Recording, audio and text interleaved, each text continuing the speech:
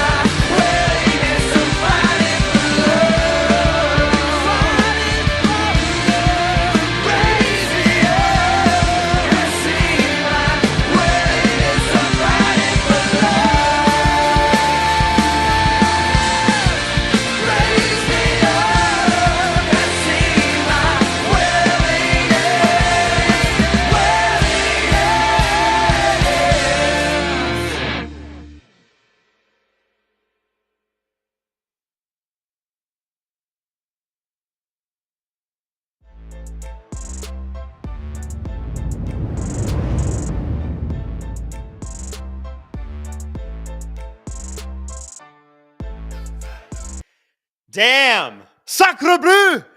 It's time for game 2. Habs.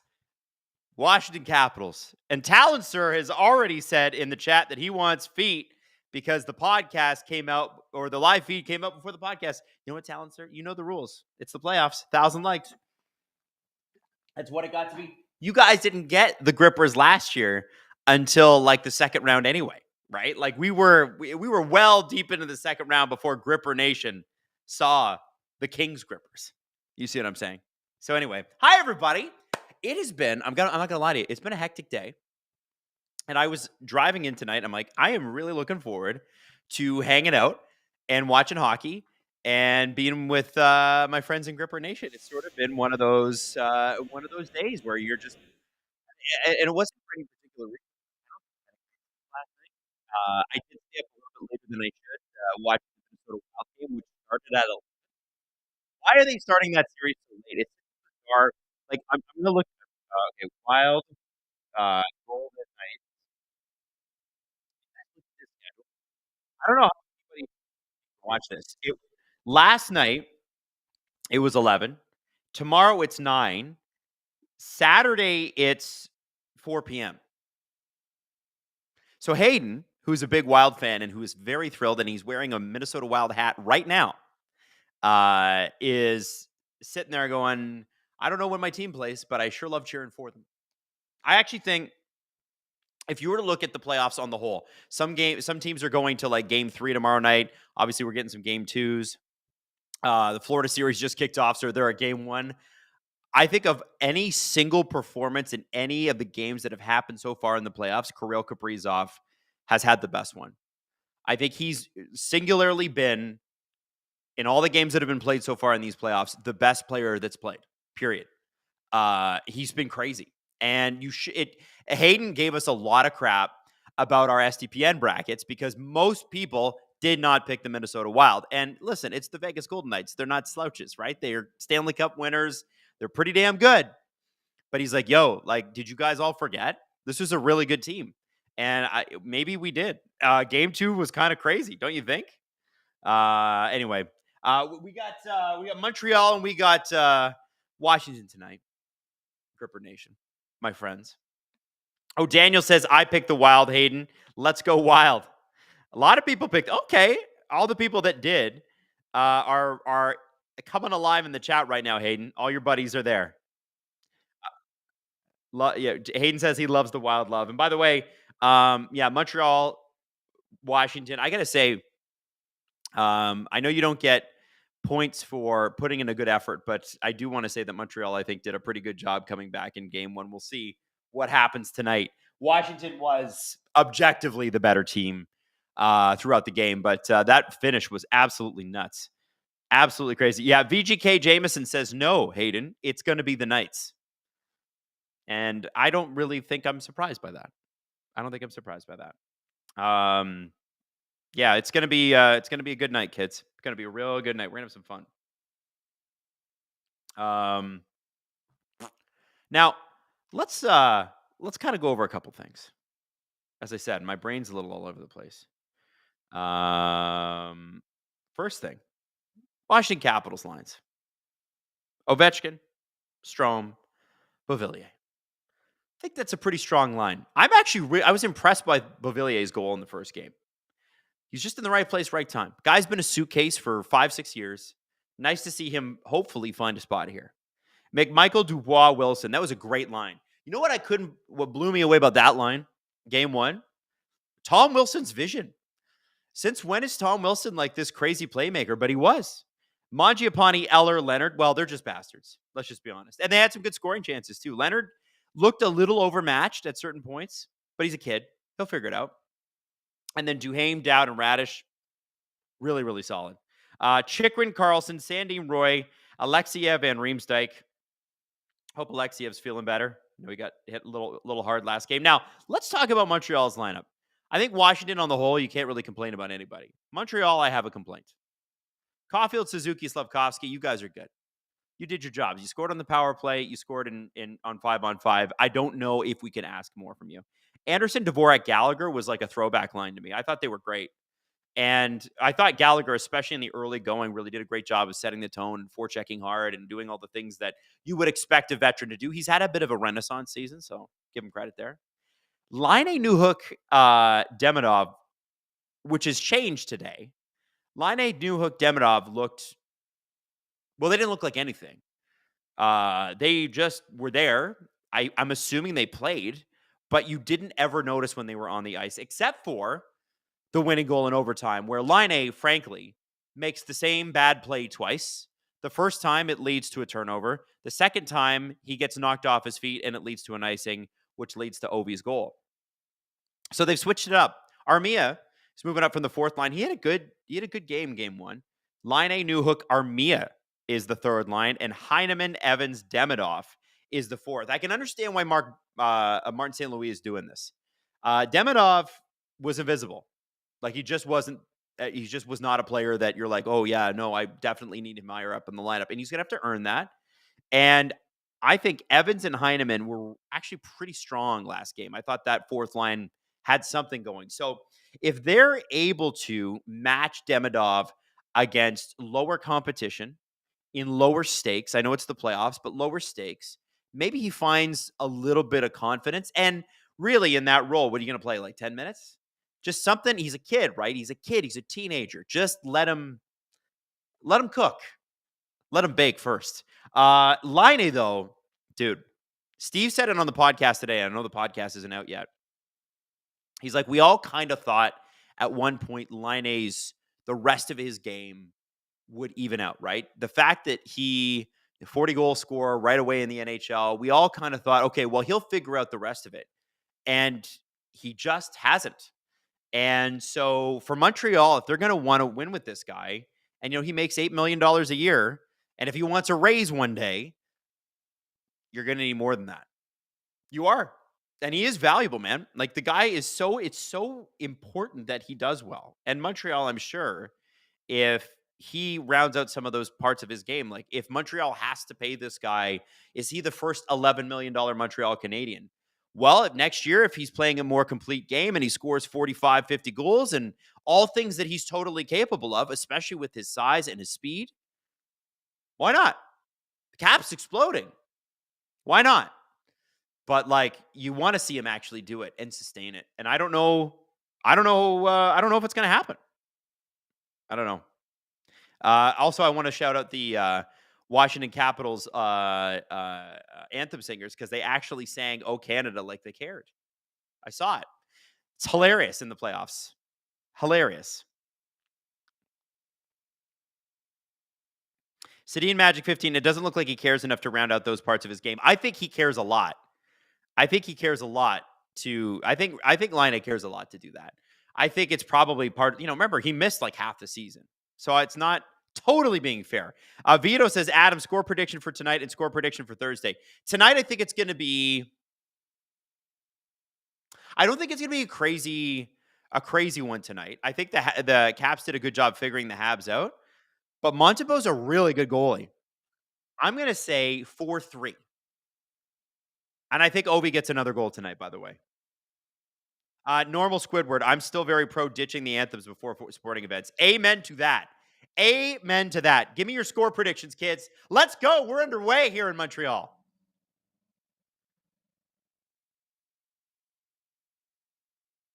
And it's Dvorak, Gallagher, Anderson to start for Montreal, which I respect. The veteran guys. The guys who've been here before. These guys all were on the Stanley Cup Finals team. There's Gallagher in there throwing the body again. Anderson gets knocked over. Not easy to do. That guy's massive. Okay, we got a lot of 6-1 Caps, 5-2 Caps, 4-3 Habs, 7-4 Caps, 4-2 Canadiens. Lots of Caps or Habs believers. Listen, I love that. I respect it. We'll see what they can do, though. We'll see if they can make it happen.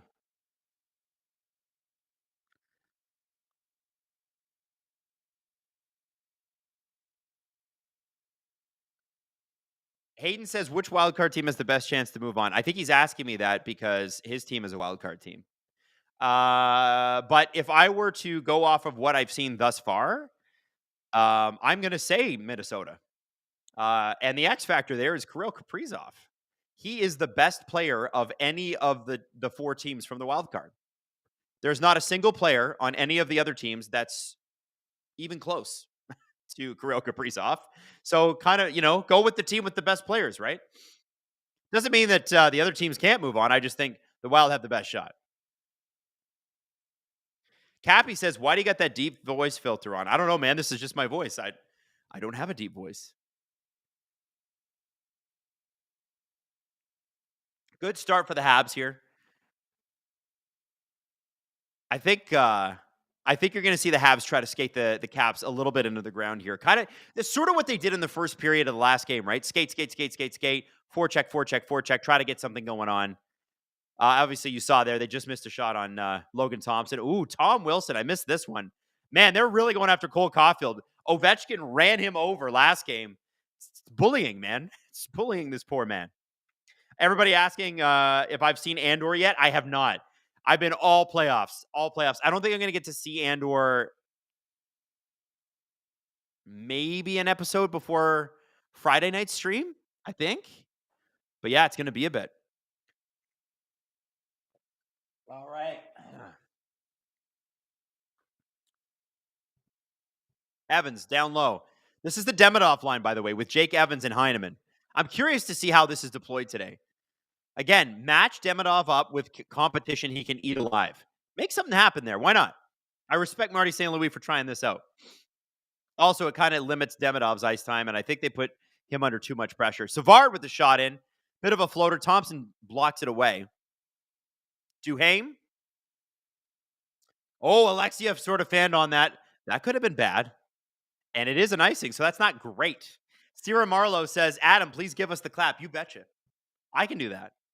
I can do that. James Stemler played zero attention to anything not NHL playoffs for the last week. Won't until the Stanley Cup final is awarded. You know what, James? I respect that. I respect that kind of commitment. You know what? I don't know if I'm going to have a chance to do much else for at least the first 3 rounds.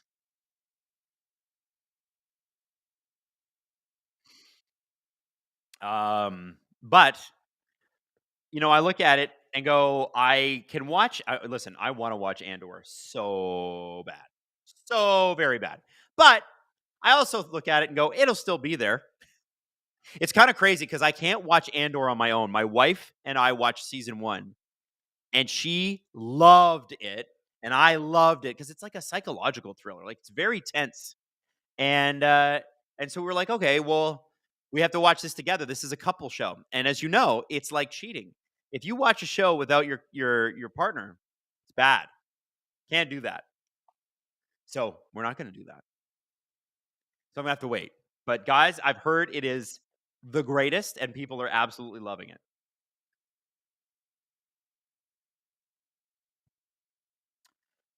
16:37 left in the first period. I forgot to clap on the last faceoff. There has only been a couple. Oh, Anderson might be offside there. There's Newhook with the shot. Nice save by Logan Thompson. That's the first. That's the second legit scoring chance the Habs have had. Caps starting to wake up here. They had a lot more high danger chances.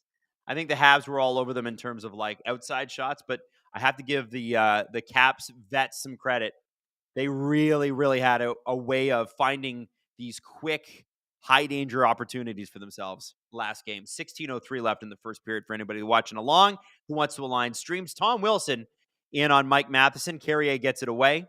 Every time Tom Wilson's out there, he's a weapon. And he's not a weapon in the way that he was 5 years ago where somebody might die. He's a heck of a... Oh, and that puck goes off the post. Jacob Chikrin walked in. He was dangerous looking in game 1. I'm actually surprised he didn't score. Back out to Wilson. Montebo's got it. It's loose. And, oh, man. Almost a goal for John Carlson there. He was on the backhand. Couldn't quite get the handle on it. Oh, baby, that's dangerous. Chikrin with a shot.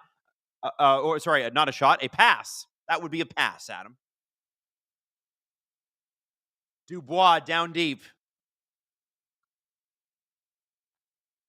Roy with the shot. Okay.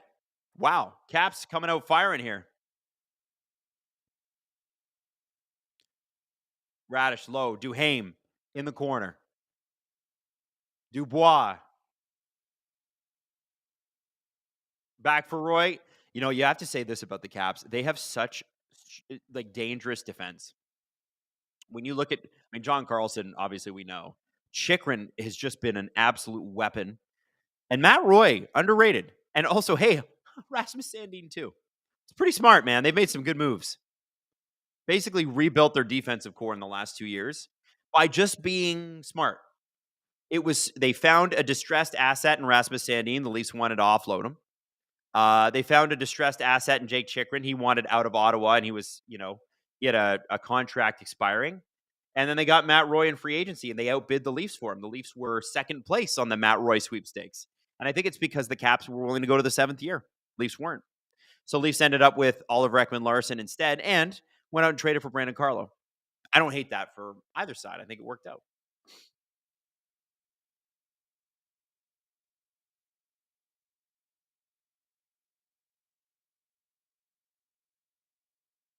Watch this Chikrin thing. Oh, baby, that was close. All right, now we got to face off, and I'm going to give you the clap, kids. I'm going to give you the clap.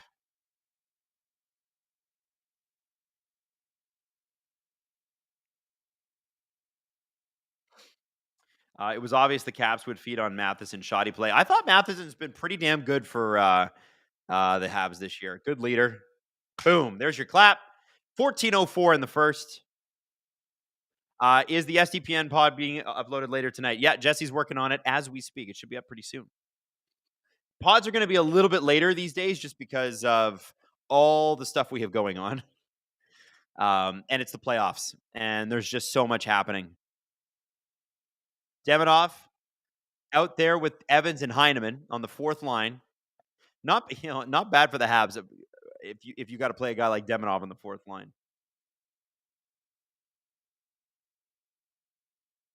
MT, please don't give me the clap. I don't have health insurance. You have to work on that. You got to bring your health insurance to Gripper Nation. We don't, you know what? Gripper Nation needs to provide health benefits to you. Don't you think? That's what I think we need to be doing.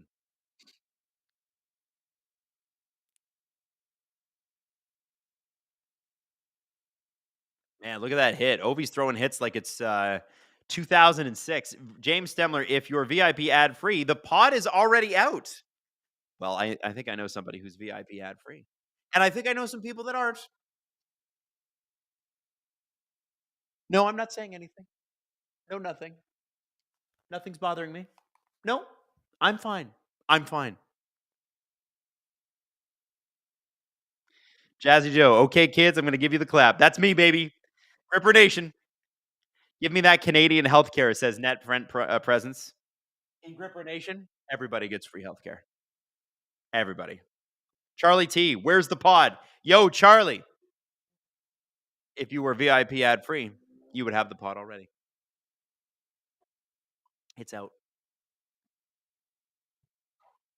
Just saying. Just saying. Can you upgrade to VIP ad free without canceling? Yeah, I think you just, depending on where you're at, you just you go to your subscriptions and you upgrade it. Very easy. John David, I got gifted a sub while watching a different stream. Well, John, welcome and enjoy the VIP content. We got a VIP episode. We do a fourth episode for those who are VIPs. And that comes out on Fridays. Jazzy Joe, Adam, what's in the cup tonight? Well, so this is a cup that Starbucks sent to the radio station when I worked at Virgin Radio like 4 years ago. And I use it as just as a traveler. Clearly, it's a Christmas mug, and it was their 25th year anniversary. And it's also made with 50% recycled materials, so you can feel good. But yeah, it was coffee. I have an espresso at home that my mom got me. It was a divorce present. No, seriously. And I like their Malozio brew with a little oat milk. That's my coffee order. So, Jazzy B, Adam, where's the podcast? Jazzy B, upgrade to ad free, my friend. Podcast's already out, but it will be out around 8 o'clock. Rahil, Adam, is hot dog a sandwich? We have had this debate so many times. I didn't think so at first, but I've now been convinced. I believe it is a sandwich. I would say a hot dog's a sub.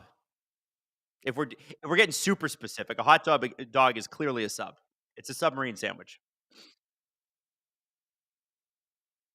As I've gotten older, I can't have Starbucks. That stuff just messes me up. Well, again, I'm not out there buying Starbucks.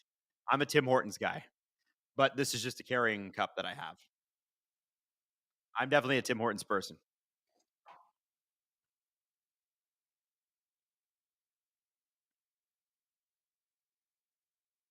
Dylan F. Adam, do you think Nick Robertson should be swapped out for Game 3 for the Leafs tomorrow? I mean, so it could be Max Pacioretty's music, or it could be David Kampf's music. I'm not opposed to it, right?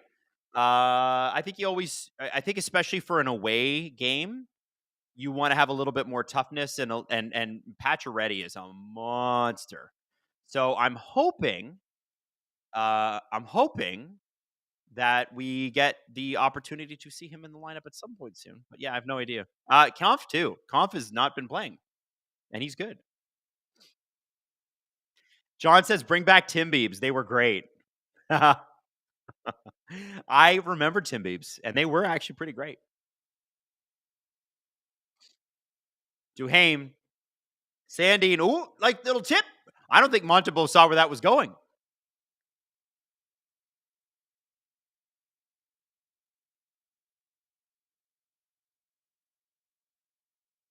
Sophie, do I watch the live or do I watch the VIP episode? Sophie, I think you watch the live and then watch the VIP episode. So that way you know that your content is stacked for the evening. Like you're set for life. You can watch from because the show's about 2 hours long. So you're set from now till midnight. You're good. 11:53, by the way, left in the first period. Oh, big hit by Josh Anderson there on Tom Wilson. Oh, McMichael was in, but it's a delayed penalty. Anderson just cross-checked Tom Wilson back. I think they're both going now. Man, if Wilson was going to get a penalty, they hate each other, by the way, Tom Wilson and Josh Anderson, just so you guys know.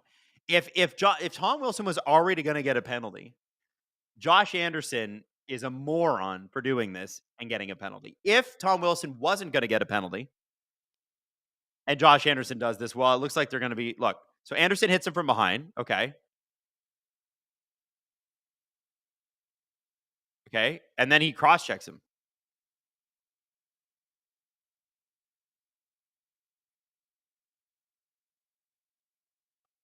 Wow. They're going to give him 4 minutes.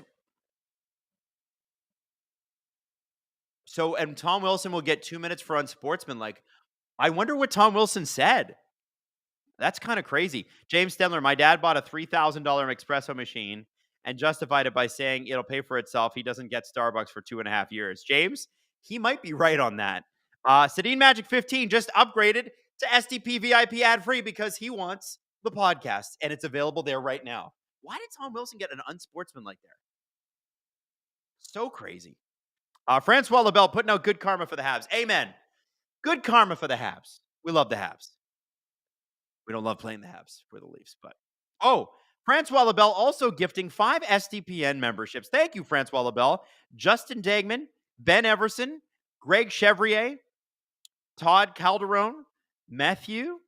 You guys were all given SDPN memberships by Francois, and you should probably say thank you. Big win. Big win in the chat. John Simpson says Tom Wilson not shutting up and getting 2 minutes is expected. Yo, but come on. I think that's like we don't want the Habs to be down for too long kind of penalty. Do you know what I mean? That's stupid. 2 minutes for salty language. He didn't swear at the refs. What did he do?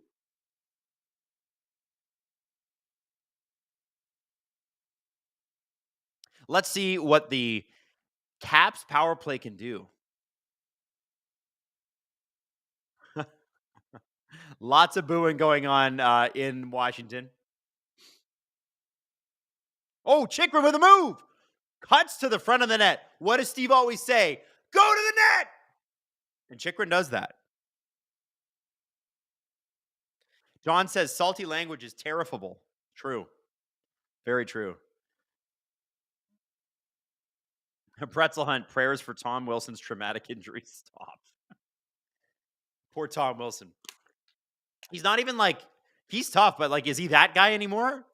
I don't think he's that guy anymore. Obi with a shot over the net. We got a 2 on, what's like 2 on 0.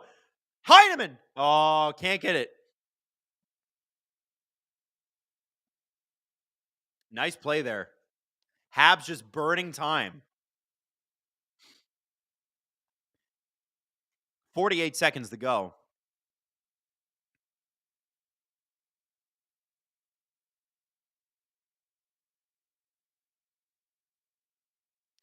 MK, would you rather have Tom Wilson in his prime or Matthew Nyes? I think Matthew Nyes. Only because I don't know what Matthew Nyes can be. What if he's better? Oh, with a shot. Carrier blocked it. 24 seconds left on this power play. Dubois kind of loses the handle. Sandin keeps it in. 10 minutes to go in the first period. Ovechkin corrals. There's 10 seconds left in the power play to not Tom Wilson, Josh Anderson, who has got a 4-minute penalty. Oh, Dubois' stick broke just in his hands.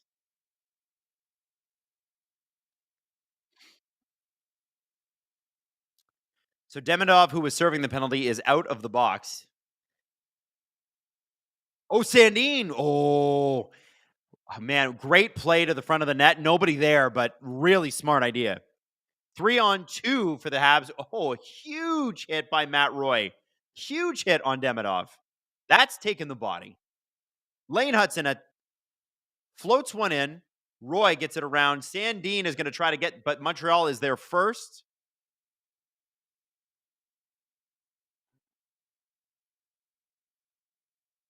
Here comes Nick Dowd.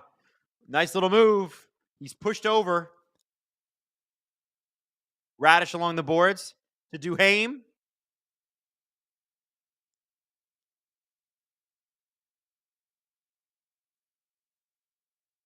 Just got a question in the chat about John Tavares. What does he do next year? He plays for the Leafs. That would be my bet. Who wouldn't want to re-sign him?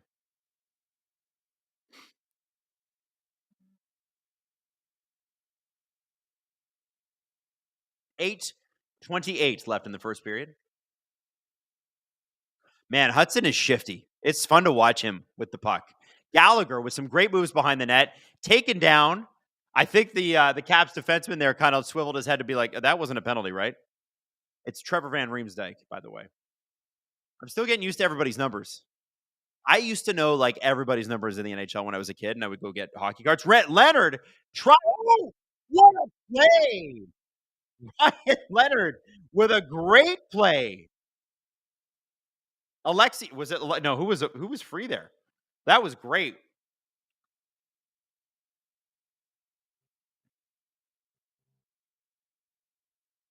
Why can't I find this? I got to know who that was. Capitals. There it is. Was that Duhaime? No, it was Beauvillier. Moron. Idiot. I keep forgetting Beauvillier. I got lost last game with it too. 72. I'm like, 72 for that. The Caps? Who the hell is that? He's only the guy on the first line. Trade deadline, man. Does things. Mangiapane to Mangiapane to Carlson there. Carlson snapped a stick, and there would have been a pretty juicy rebound available had that stayed down.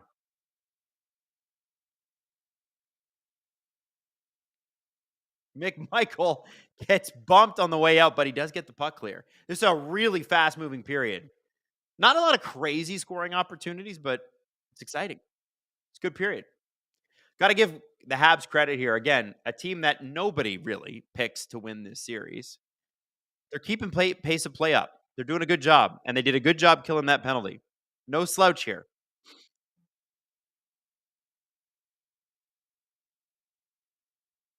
Duhaime,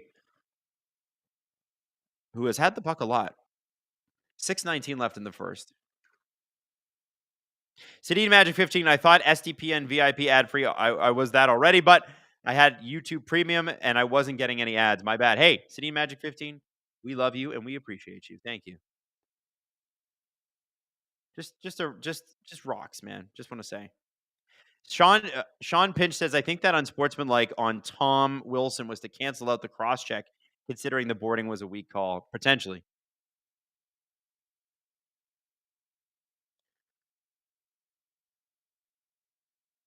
Holmish says, Adam, when you are grinding away at your godlike body at the gym, do you listen to podcasts or music?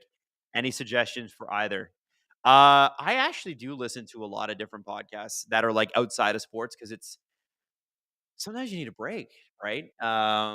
Especially when it's your job. I love so there's a company called Goal Hanger out of the UK, and they do for politics, money, entertainment, what I would love to do for sports in North America. They have great shows. So they have the rest is history, the rest is politics, and the rest is entertainment. Very British, but very, very good. So if you like history, the entertainment one is amazing. Like it's actually, as an entertainment nerd, getting some like there. It's hosted by two journalists who really know the industry. It's spectacular. I would highly recommend giving it a try. And sometimes you only hear like your British entertainment stuff, but it's mostly North American. But it's interesting to hear how the Brits do things too. And as a Canadian person, there's some parallels, but there's also some ideas that they have over there. We're so influenced by the Americans here that you're like, oh, we should look at what the Brits and the Aussies are doing because their setup is completely different. They don't have a gigantic English speaking country right next to them, right? So it's kind of interesting. Chantel Zeller, we need an Adams history corner. I do love Adams history corner. John Claude Von Dunn. Adam drinks boiled hot dog water at room temp. You bet. I smell like it too. How do you think I got my wife? She's like, ooh, you smell like hot dog water. Delish. I want a piece. Net front presence. I think next year the Habs will be a weapon. I mean, they're pretty good this year. I think the Habs need another center, man. I like they need somebody other than like New Hooking to me is not the answer. Not that he's bad, but I think he's probably their third best option in an ideal world. So you want Suzuki and someone else. And I don't know that they're going to be able to get that done in free agency. So I wonder if they kind of do what the Caps did and you find a situation like Pierre Luc Dubois where somebody signed a contract, it's not working. You need somebody else to come in and look at it. And you know what? If I could get this player into our system, maybe it'll work. Um, I feel like Dubois changing scenery has really, I mean, it's totally revitalized his career. They need to find that sort of thing. The San Jose Sharks are really good at doing that. They're finding guys that are like, oh, this guy needs a change of scenery or whatever, and using it to their advantage. Look at Askarov. They got him for like pennies on the dollar. 19 Sheffield 84. Upgraded membership to STPN VIP ad free. Let's go. Woo! Ad free. What's up, Hayden? Hayden? Oh, okay. I thought he was talking. Hayden says that Habs second round pick. Which one? The one in 2026? The li- the Line one that Habs fans got mad at me for forgetting in the trade? Yeah. Huge. That's a big deal. That centerman is going to change the trajectory of the entire franchise. He's the next Patrick Waugh. Jay Snow, I'd like to send Dougie Hamilton to San Jose. I do. Jay Snow, I'm assuming you're a Devils fan. I'm so very sorry. I'm so very sorry. It's been a rough go. Sometimes injury wise, it's just not your year. Like, I'll give you an example. Last year was just not the Leafs' year. They had a goalie who was, when he was confident, pretty good. When he was not confident, basically unplayable. You had another goalie who was pretty good in Joseph Woll, who would constantly get injured. Then for the start of the playoffs, Nylander can't play because he's got migraines. Matthews has got some sort of mystery illness where he's like losing 10 pounds. Oh, Line over. Oh, here we go, baby. That was almost it. Great vision from Patrick Line there. Wow. If Newhook was able to finish on that, I think Armia found him. Line, I believe, to Armia and Newhook. If he could have just finished, the Habs would be up 1-0 right now. Where was I? What was I talking about? I don't know. Point is, Leafs injuries in the playoffs last year. That's right. Thank you, Hayden. So Sammy was bad. Wool was good but got injured. Matthews had a mystery injury that he was like vomiting and the other direction, when it comes out both ends, and like losing weight in the middle of the playoffs, and then like so sick he couldn't play. And so you've got like a first line of like Marner and Domi and Bertuzzi, or like Tavares, and like it was just not great, right? Sometimes you're a much better team than your health will allow you to be. And that's, to me, the New Jersey Devils this year.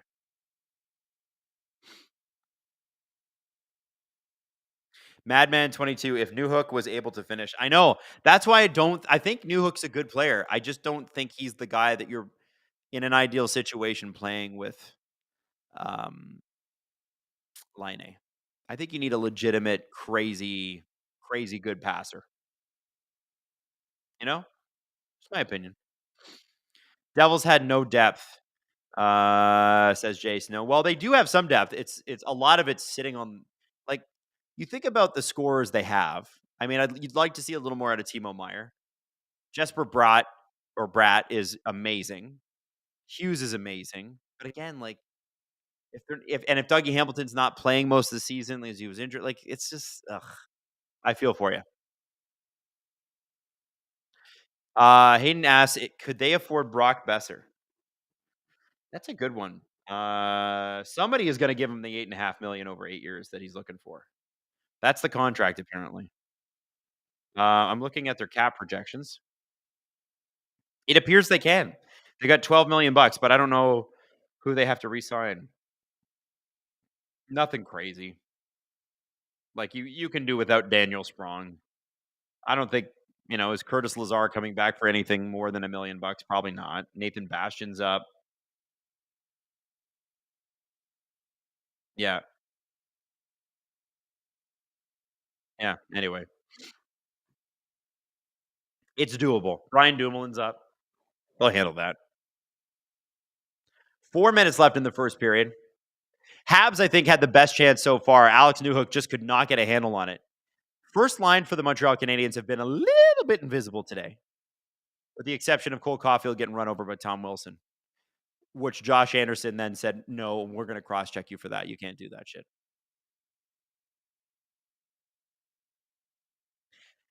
Nicolama, welcome to STP VIP ad-free. Welcome, Nicolama. That's quite the name. Love that. Love that for you. Life-changing, I would say.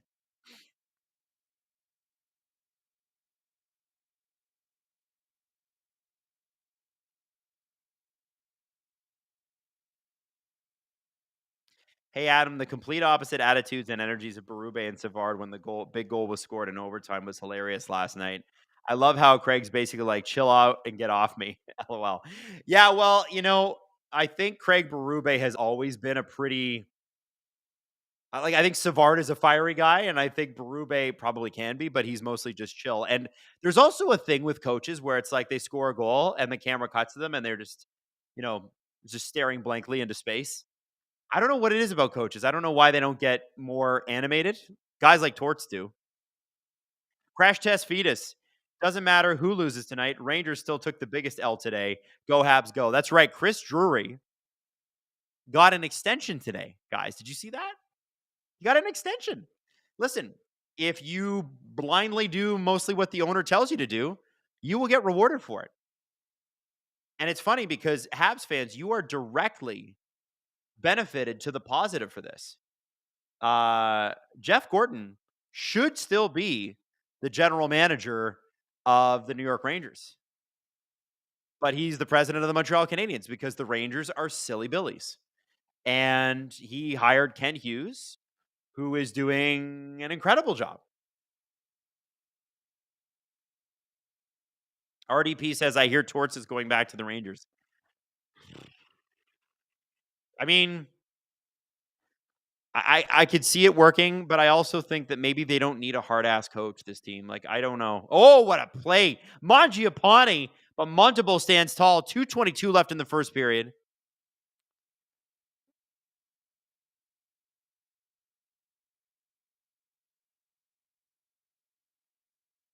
Heineman in the offensive zone. They've spent this fourth line's done a good job of keeping it in the offensive zone. Demidov is out there with him, and Jake Evans as well. Evans along the boards, trying to break up to Trevor Van Riemsdyk's pass. Not able to do it. Mike Matheson and Carrier are out there.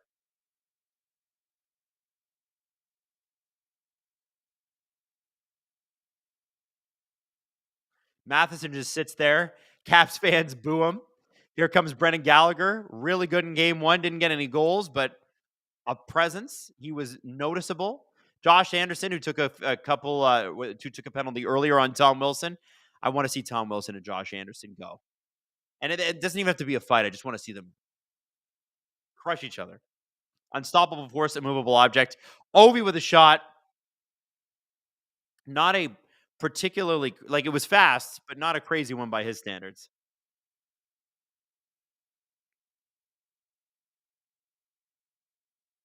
Oof.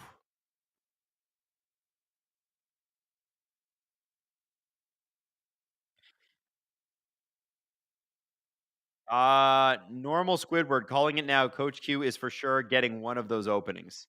Yeah, I mean, remember the Ducks job is open too. And if Quenneville wants to enter the NHL and have very little media coverage, frankly, because there is just not a lot of media coverage for the Ducks directly anyway, then I think you're going to have, oh, that's offside. I think you're going to have a perfect situation for a guy like Quenneville. Guys, I think the Ducks are going to make the playoffs next year. You heard it here first. I think they're going to make it. I think they're a good team. Dwayne McNeil, Adam, shout out my St. John Sea Dogs for winning the QMJHL status lottery.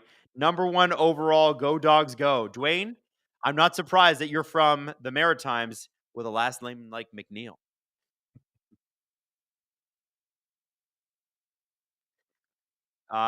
Ducks make it. Yeah, E2 Carvinen says you are insane.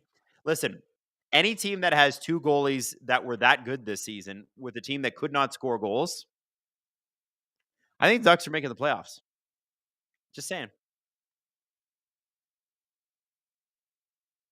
Katie says, somebody clip that for when the Ducks crash out. We'll see what they do this summer, guys. I think Ducks are making the playoffs. I do. Jessica Campbell is going to get the Seattle job. Is that confirmed or is that a rumor? Because I have not heard that at all. Hayden says that's a rumor. Okay. That wasn't like confirmed on Twitter or anything while I was streaming. All right. Arthur Staple has said that the person who is reporting, so Sammy Silber, who is a Caps beat reporter for the Hockey News, said, hearing from a source that Tortorella will be joining the Rangers. Arthur Staple, who works at The Athletic, is saying, hearing this is incorrect. I haven't had the chance today, by the way, to watch. I don't know if you guys saw. So the Penguins and the Canucks had 2 of the most entertaining end of season press conferences I've ever seen. Like, you got to go back and I know most people don't want to go watch a press conference, but Kyle Dubas saying if you put shit in one hand and hope in the other, see which fills up first. Like, what? And then calling out Erik Karlsson. What? And then Jim Rutherford calling out Elias Pettersson and saying he needs to be a guy that gets just more than just points. What? And then going like, we'll have the cap space to sign Quinn Hughes. We're just not sure if, he wants to play with his brothers. We know that. Like, and we'll have to bring them here. Like, it's wild. It's an absolutely bonkers couple of press conferences. Apparently Boston's was just as nuts. So I'm actually kind of excited to dive into that tomorrow and get it prepared for the STP on Friday, because I think that's going to be, first off, as a Leaf fan, that's red meat. That's fresh, delicious dinner. Secondly, Cam Neely apparently called a reporter into, and I don't know if this is confirmed, but there was rumors that he called a reporter into his office as the press conference was ending. I got to know what the hell's going on there. It's crazy. It's, yeah. Anyway, Hayden, how long is our first clip?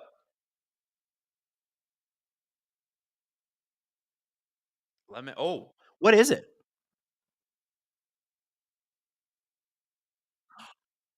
Oh, hey guys. Okay, so for anybody that has not signed up for VIP yet, this is kind of a good little cross section of what we do.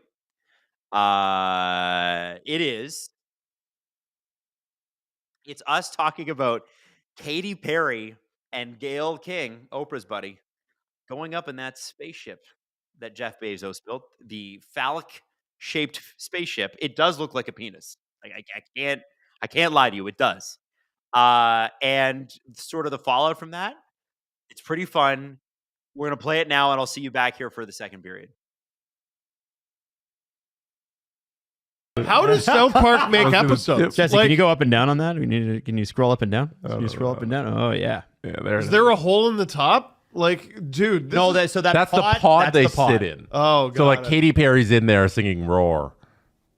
So a bunch of women got in the big old space stick. Jesse, can you and pull they up? Flew to sort of space. Pull up the picture of all 6 of them if you can. Yeah. I actually I had the video, the YouTube video. We can't play it, but I can show all the stills from it. Right. Everything. Yeah, because this is key. Because again, this is framed as a step forward for feminism. And I think that's where people get pissed. If this had just been, hi, we're rich people on the whole, and we're going to space because we want to, I don't think people would have had as much of a problem with it. There would have been people like, wow, you're blasting a lot of CO2 and you're this and you're that, whatever. But like, yeah. So the first thing I think people took umbrage with is, as astronauts, they're wearing wetsuits. It looks now. I recognize 2 of these people. And you probably should. Yeah. Like there's a couple celebrities and there's a couple not. And I'm going to talk about Amanda Nguyen in a second here, guys. So if you know the story intimately, don't worry. There were people up there for the right reasons. But the people that are being really hit hard after this are Gayle King and Katy Perry. Gayle King and Katy Perry are the only 2 I know. And then now that you mentioned Jeff Bezos' wife was on it, I'm like, oh, You've seen her face. That's certainly her face. And but that's about it. She was the one that, I believe she's the one that designed the spacesuits. And wow. I think that fucking cares. So sorry. So what's interesting about this is the reaction to celebrities. And again, I want to start this by saying, I think if you frame this as, I'm rich and I want to do rich people shit, like buying a Rolex, buying a Ferrari, going to space, and you want to spend your millions of, I think it's a few $1,000,000 to go, and it's 11 minutes. I think is the only. No, it's thing. 11 minutes in space. Never mind then. Then by all means, go ahead. Yeah. Okay. I don't know how I would spend money like that if I had it, but I can tell you that that's how they would, and they did. And the problem is coming back. So the first thing is, sorry, can I say what the first thing is? If I'm Gayle King, I'm like, can we retake this fucking photo? yeah, it's rough. Look at everyone else's face. Look at hers. There's an extreme amount of airbrushing on this photo too. Like too. Katy Perry's face barely looks real. It looks like AI. When I saw this happen, just before you get into all the minutia of it, like to set it up, when I saw this happen, I told Gabby, because she was talking about it too, and I was like, they all think it's still 2013, where events like this are like the only thing on the internet, and this is all we're talking about. Thank you. That's what this felt like. Because do you remember, like, there would be a dude who'd type rope across Niagara Falls? Yes. And then we'd go on the radio or whatever and we'd talk about, last night the guy type roped across, or there would be the Red Bull things where they go up to space and then jump from and space. then he jumps from space, and we're all like, oh my God. I'm old tweet enough about it. to remember us all getting the same news. Yes. Do you remember These that people were back down on the ground before I knew this was happening. They all thought that, because they're so disconnected from reality, that we're going to do this thing where we go to space and it's going to be so cool and everybody's going to care about it because there's a monoculture and everybody cares about the one big event that the rich people, celebrities are doing. But that's not how the world works anymore. No. And again, frame it what it is. You took a ride to space. Couple of things. So Katy Perry, when she was talking about this in her pre-promo, because of course they did promo, which didn't go so good. She said, I didn't fucking know about it. She said that she'd always been interested in things like astronomy and astrology, and she's like, I'm very excited to research more on STEM and learn more about STEM. And in 11 minutes? Well, I mean, I guess they have to do some training to go up there first, right? So then she goes up there. Okay. And instead of looking out of the space capsule, if you're in space, if I'm in space, what am I doing? I mean, that's the only thing to do, isn't it? No, you could also set up your phone and take selfie videos, which is what Katy did. Katy took a ton of selfie videos, and she brought up a flower, a little daisy, which is her daughter's name. She also has a single called Daisies, and I have to say, it's really bad. I remember we played it on Virgin Radio. I'm like, why is Katy Perry yelling at me? That's how the chorus hits. So it's just a big promo for a bad song. The song's 5 years old. Oh my God. It's her with this flower, and it's a video of her in space, but she's not really, everybody else is looking out the window and doing stuff. She's just like, look at me. And then on the way back down, Gayle King tells us that Katy Perry saying, "It's a wonderful world," unprompted. Why? What? And then I think I know it's Katy Perry, and that might be intimidating if you're one of those people on the spaceship. Mm-hmm. This is a once in a lifetime opportunity. You're not going back to space, and I think it's okay to say, "Can you shut the fuck up?" I think that's okay. Yeah, but they're never gonna do that. Like, no, they won't. You're not sitting there with Katy Celebrities don't Perry. do It's that. celebrities. Celebrities don't do that.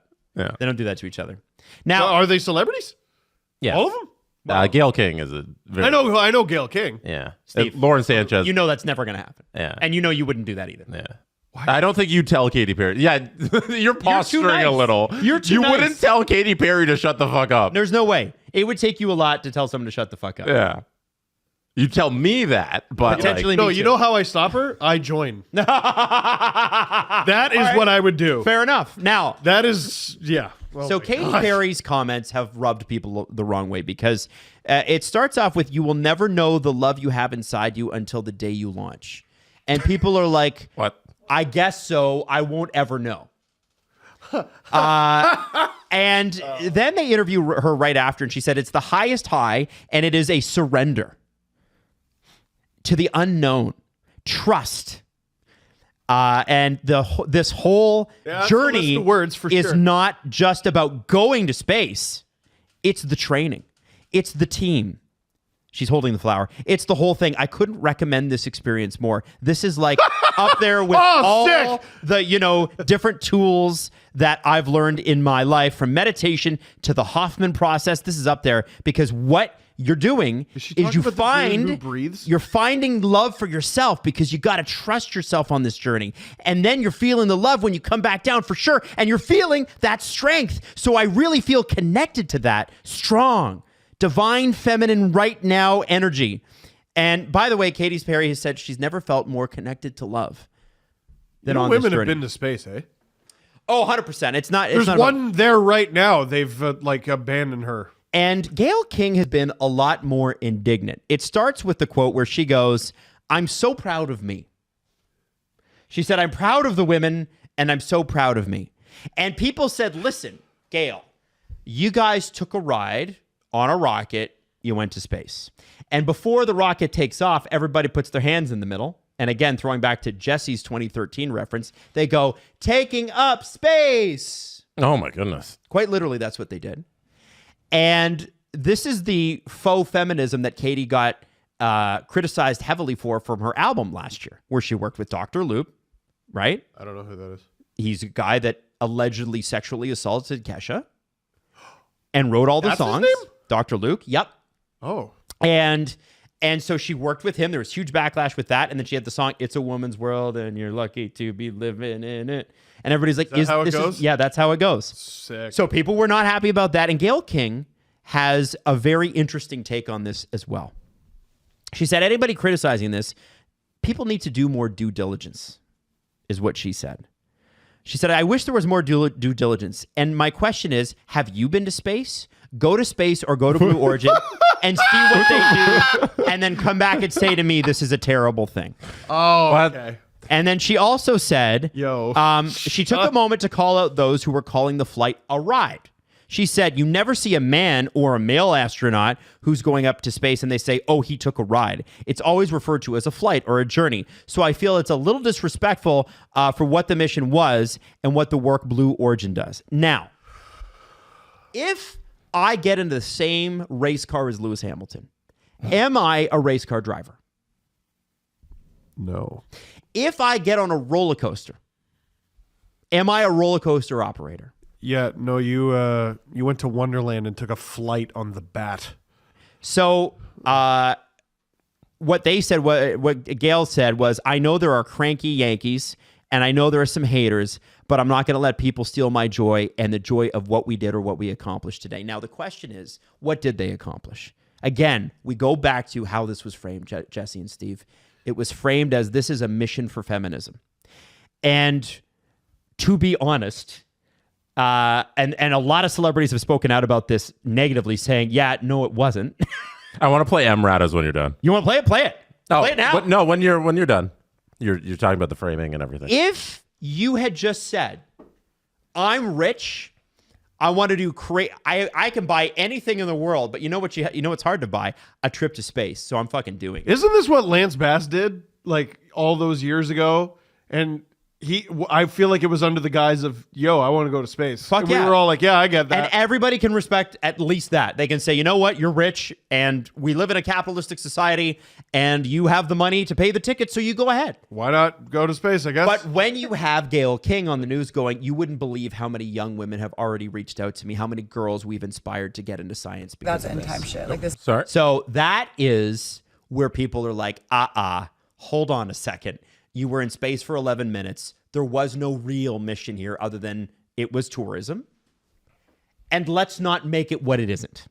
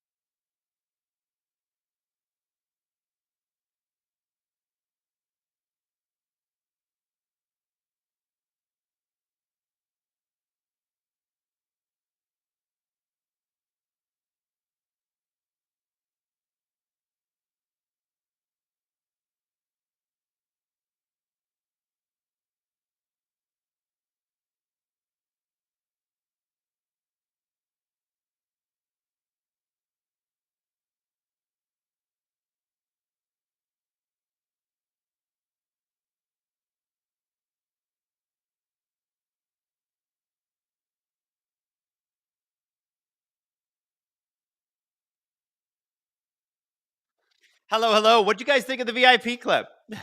That's sort of what you're in for. If you're signing up for VIP, you get that extra episode. If you sign up for VIP ad free, which you can do on Apple, Spotify, or obviously right here on YouTube, that's what you're getting. Fun stuff like that. It's kind of cool to take Jesse and Steve out of their element and talk about some other things. I really enjoy it. So man, I felt like with that Blue Origin thing, for about 5 or 6 days, there was like a new clip every day that just made it worse. Just made it like you guys are really you have no idea. And it kind of makes you think like because I really do try to believe the best in everybody. And like I've been fortunate enough to do this for a job for a long time. So I've met a lot of celebrities, I've interviewed a lot of celebrities.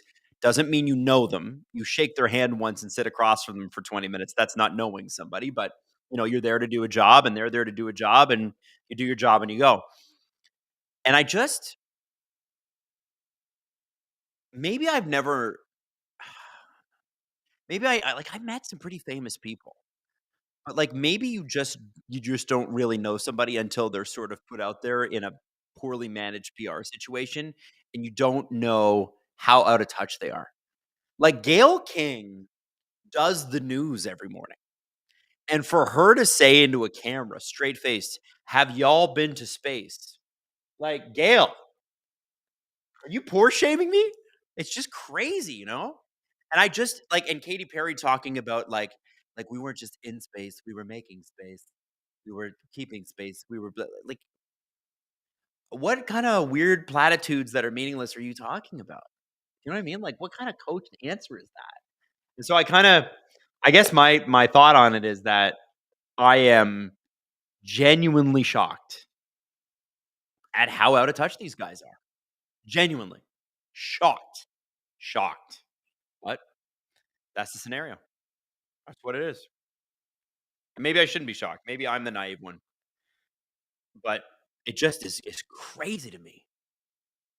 Anyway, Pickleball Pat, love the take on Blue Origin. It was a tour. Yeah, it was a tour. It's space tourism. There's nothing wrong with that. But don't call yourself an astronaut. Like, you're not. It's okay. You're like all those people that went up. But I'm talking specifically about Katy Perry and Gayle King. Katy Perry, outrageously successful. Gayle King, outrageously successful. You don't need to say something that you're not. You're Gail King. You're Katy Perry. You don't need to convince people that you've done great things that you have. You have. Who is disputing that? I don't know. It's crazy to me. Crazy. Anyway, that's what you get with VIP. We go to topics like that. It's kind of fun.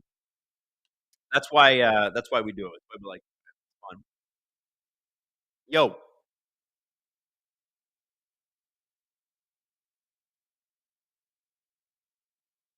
Oh, we did this on the podcast today. So Hayden says, prior to last night, what was the last Leafs playoff overtime goal at home? And it was Tyler Bozak in Game 3 of the 2017 series against the Capitals, which is nuts. Isn't that crazy? It's crazy. James Stemler, I wonder if that TikTok dude who does the one-up scenarios did a skit about the space tour they haven't checked yet. I don't know. Bigfoot says they're a bunch of astronauts. I like that. I respect it. James Scaresbrook, what's happening, grippers and snippers? Man, I'm both of those. Pessinen says they can call themselves whatever they want to call themselves. We don't have to agree, though. That's true. You know what? You can call yourself anything you want. It doesn't have to be true. It isn't true. Jacqueline K, I want Arbor Xhekaj in the lineup, and I want him to pummel Wilson. Here's the problem with putting Arbor Xhekaj in the lineup. Tom Wilson is not going to take that fight.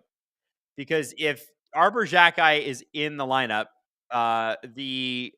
Tom Wilson's entire job is to make him look foolish.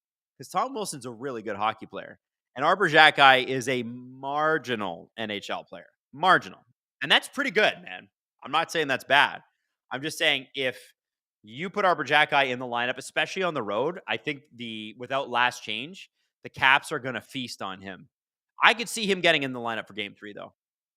I just don't think, if Tom Wilson's smart, I don't think he takes that fight.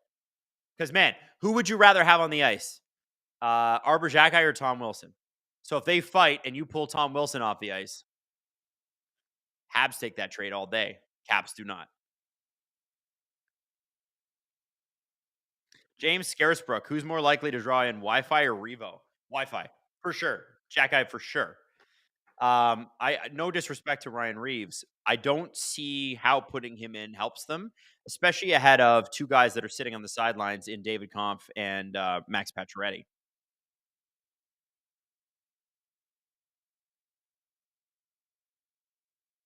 Oh, Ovechkin. Ooh. Oh, Ovechkin just missed and then crushed Mike Matheson. Cassie says, all my homies hate Tom Wilson. I am not surprised by that. I don't think Tom Wilson could get served a beer in the city of Pittsburgh,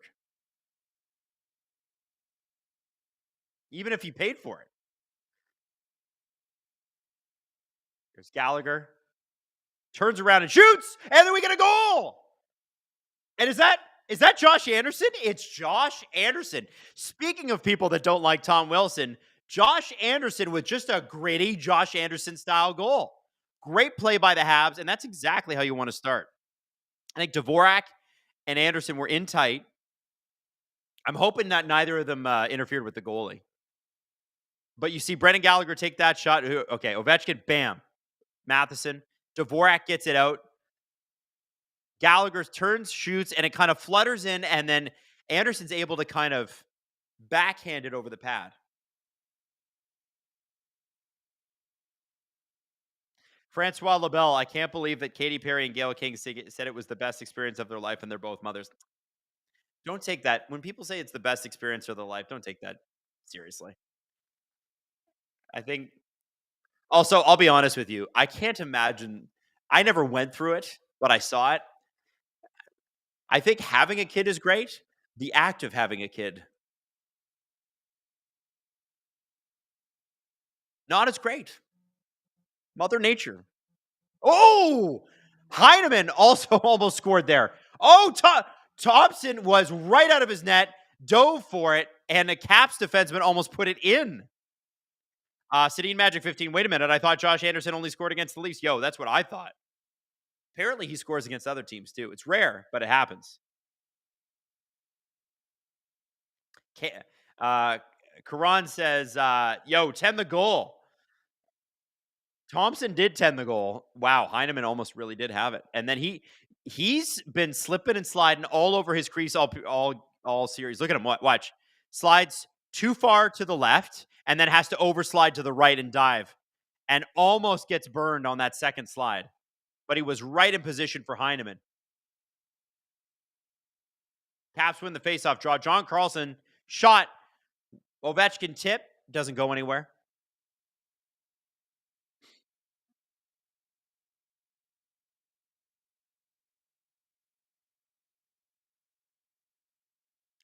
Oh, what a tip. Oh, man, Montembeault standing tall again. The thing is, if you want to score on Montembeault, you're going to have to get some bodies to the net. I don't think the Caps have done enough of that tonight. They can do it, though. They're very quick. Liv Rue says, y'all, like the stream. And I agree. You should like the stream. Not just like it in your heart, but like it with a click.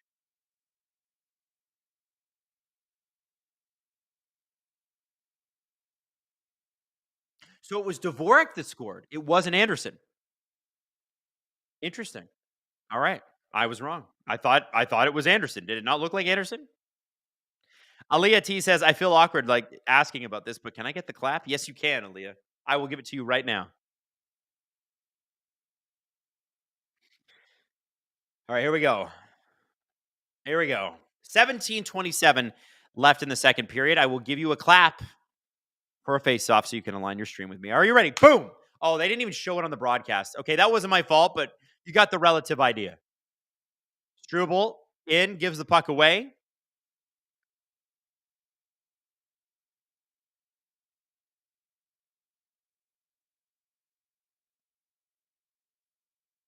Habs taking their time. They're going to get booed by the Caps fans in a second here.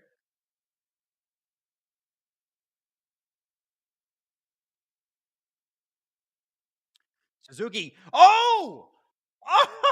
Oh, man. The Montreal Canadiens are threatening. Cole Caulfield almost had his second goal of the series right there.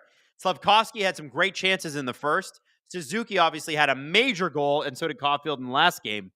Looking dangerous. They weren't looking great in the first. Big rebound given up by Montembeault there, but the Caps can't get a stick on it. 16:35 left in the second period. Here comes Sandin with a shot. Montembeault is able to get that. Kind of a knuckler that got him right in the shoulder.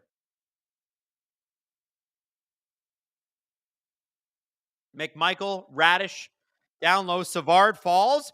All alone, and they score. Connor McMichael gets the goal within 2 minutes of the Habs getting ahead, and that was just straight up sloppy defense. Unfortunately, I think David Savard fell at the wrong time. He left Connor McMichael open, and nobody ran to cover. Wow. Big goal for the Caps there. Montreal had a ton of great opportunities. Watch McMichael. He gets around Savard, and Savard falls here. And then he's basically alone because Struble just kind of covers the pass. And, it looks like it goes off Savard and in. Oh, Savard, that's brutal. It does. No way. So Savard falls, tries to get back in position, and puts the puck accidentally in his own net. Man, that's happened a lot in these playoffs. Happened a couple times last night. Nick Jensen and Brandon Carlo both putting pucks into their ends in the Ottawa-Toronto game. Oh, that sucks. But if you're a defenseman, it's going to happen. Which Connor Mick is the better one in the NHL? You have to ask the question.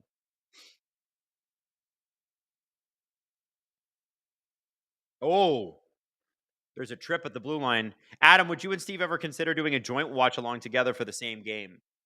Yeah. I mean, we have considered it. I think the thing is like the Steve watch alongs are so great. Why mess with a good thing, right?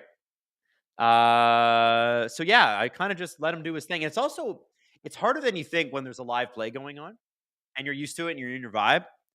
But yeah, I think we'd have a good time. Deb Beneke gifting 5 SDPN memberships. Deb, thank you so much. And if you got a free SDPN membership from Deb, please give her a big old thank you.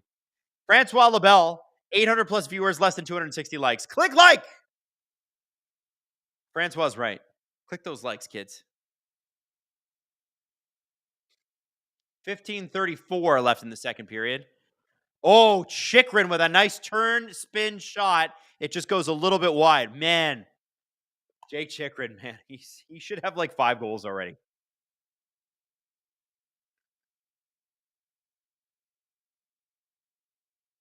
Chantel Zeller, Steven Adam. Oh, we got a goal from the Caps. Wow. Honestly, Montreal could be up 2-0 right now. Instead, they're down 2-1. That's a big goal by Dylan Strome. And that all comes off of a rebound. Habs cannot control the rebound. I don't even put that necessarily on the goalie. That's straight up, you need to clear in front of the net. Watch this play develop. Caps are doing a great job of those 2-line passes. So you got Beauvillier to Strome. Wow. And what a smart play by Beauvillier here. Watch this. Chychrun, Beauvillier, nice little pass. Strome does that. I feel like he did that on purpose. He's like, if I can deflect it off of this goalie's pad, I can get my own rebound. I think that's what he did. Beautiful goal. Nolan McGinley has upgraded to STP VIP athlete. Nolan, welcome to the party. Hunter Sears dropping 5 STPM memberships. Oh, and we might have another goal here by the Caps. Wow. A lot of scoring in the first 5 minutes of this second period. There was no scoring in the first, and I think we might have a penalty here. I think Josh Anderson, got hit pretty hard there by somebody. Cassie says, you jump scared me yesterday after the stream. Sometimes I forget you lurk in the chat during Steve's streams. You betcha I do. Oh, wow. So Chychrun just broke his stick over Anderson's shoulder. Oh, it's Roy. Sometimes you can't tell if it's a 3 or a 6. I'm not watching like on an HD TV here. James Stemler, Steve play-by-play with Adam color commentary. That's perfection. Oh, that'd be fun. We can try that next year. I feel like in the playoffs, it's the wrong time to try it. You don't want to be experimenting too much in the playoffs. We can try that.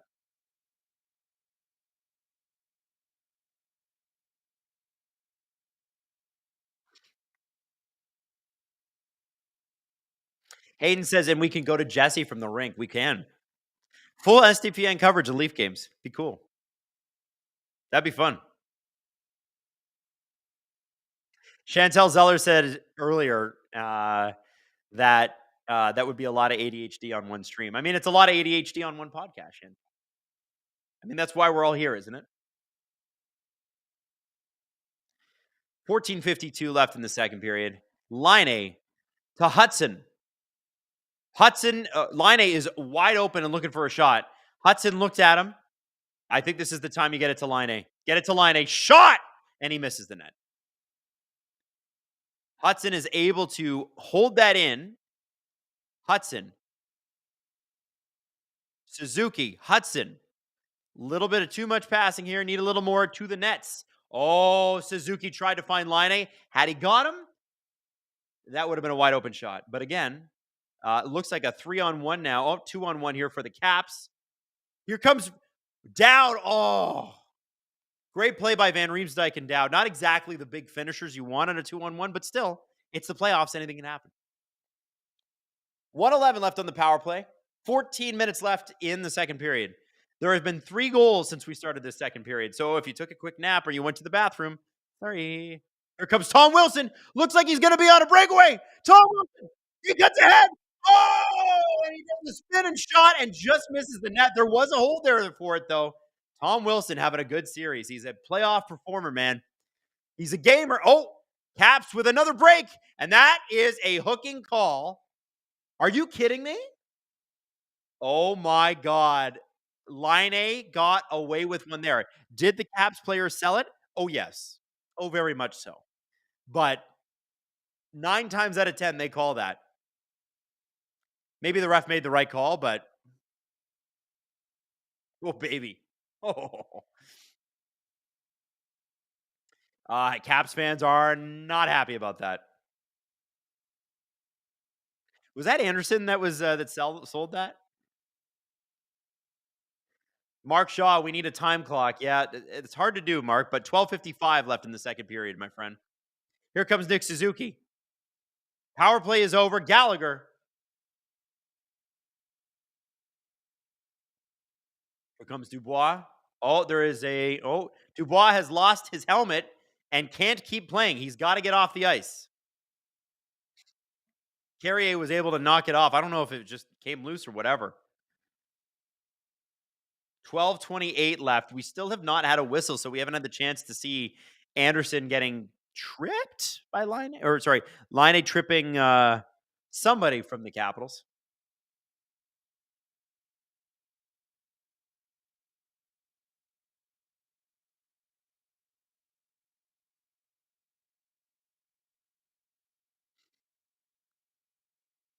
Evans with a shot. Ooh, bit of a Evans with a really good play there because it kind of caught the goalie off guard. I still can't believe Josh Anderson didn't score that. I thought it was him, but I guess it was Christian Dvorak.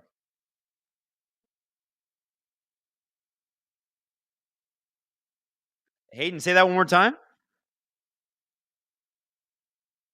Who's the best player in this series? I mean, I think you got to give that to Ovi. Just for that, listen, he might not be like dominating every play, but he scored the first goal and the game-winning goal last game. He's had some good shots too. Although I have to say, I have a bit of a, I'm really impressed with Jake Chikrin. Like he looks really strong, really strong. Yeah.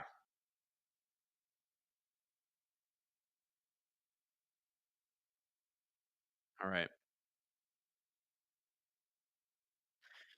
Hey, Cassie says I missed a super. Oh, certified lurker Adam Wylde. That's me. I always hang around. Drop into the chats. Say what's up. Looks like, according to Pierre Lebrun, all signs point to Gabriel Landeskog playing tonight, but I'm told how he feels in warm-up is still part of the process. So many people around the hockey world are cheering this guy on. Man, I hope that happens. I hope that happens.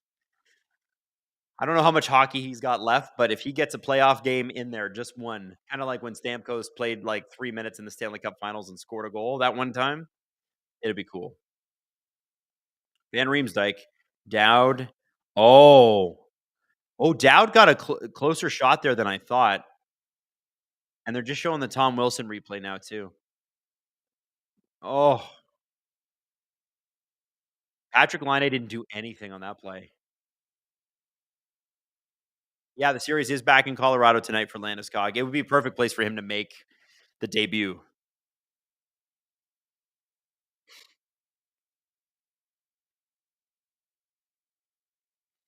Marty St. Louis talking to the refs. Hey, man, you had the entire TV timeout to talk to the refs. You got to do it right now. I want to see some hockey.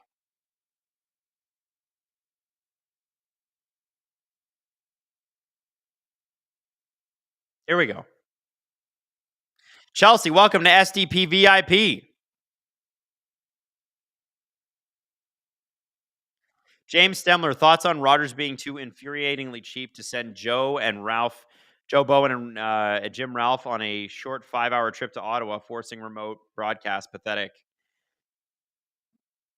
Yeah, I don't get it either. My thoughts are I don't understand.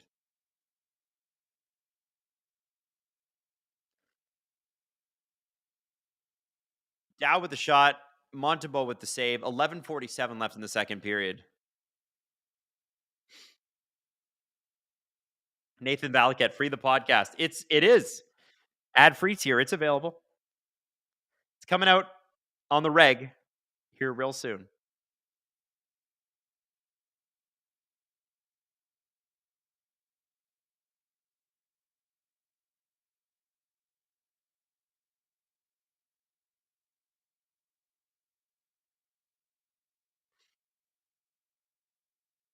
All right, here we go. Dvorak wins the faceoff. Beauvillier with a big hit. This first line for the Caps has been pretty strong. Anthony Beauvillier has been really, really good. I bet Kyle Dubas is going, where's that Anthony Beauvillier in Pittsburgh, man? And I bet Barry Trotz's like, where's that Anthony Beauvillier in Nashville?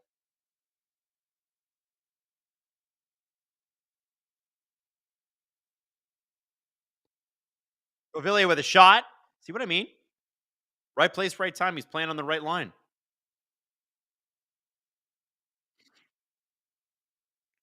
Did I miss something big in the last few, says net front presence? I saw the second Caps goal. Well, you saw the first, you missed the first Canadiens goal and the first Caps goal. Canadiens did score first and had some great, great opportunities. And then the Caps just do what the Caps did. Like this is what the Caps do. They're so veteran playoff teams that have it, have the ability to just go, okay, I'm going to score a couple goals now. And that's what the Caps did. Caulfield in. They have been hard on him this series. Lots of big hits. Tom Wilson, Alexander Ovechkin. It's been rough, but he's handling it well. He just pops right back up again.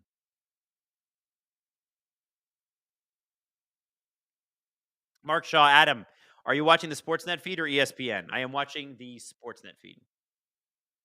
Yo, Adam, do you think the turtle in Finding Nemo is the best fictional turtle in a feature film? Yeah, man. What's his name? Crush? Absolutely rocks. In fact, maybe the best turtle in fictional film is his little son, who like knocks head and goes, dude, Matheson. Whoa! Oh, Matheson got the puck blocked, and we almost had a Caps breakaway. McMichael looked like he was going to be sprung there.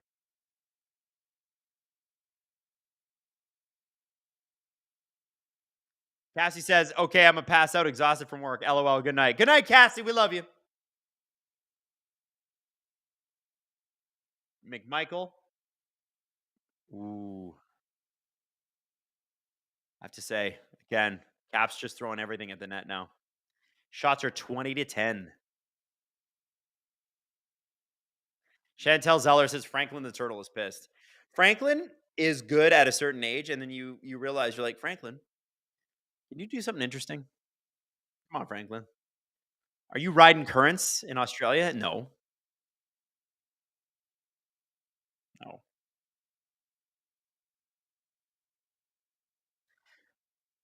Face-off time. 10:33 left in the second. Habs Caps. All the goals in this game have happened in the last 10 minutes. Teenage Mutant Ninja Turtles would like a word for best Nah. I still think it's Crush. I think he's better than the Ninja Turtles. There, I said it. Way cooler. Daniel says Franklin is a hobbit that didn't leave the Shire. True. Oh, good shot by Leonard. He's looked a lot better today. Pretty crazy, like making a playoff start for him at his age in front of the Caps crowd. Can understand how you can be buried a little bit, but he looks good tonight.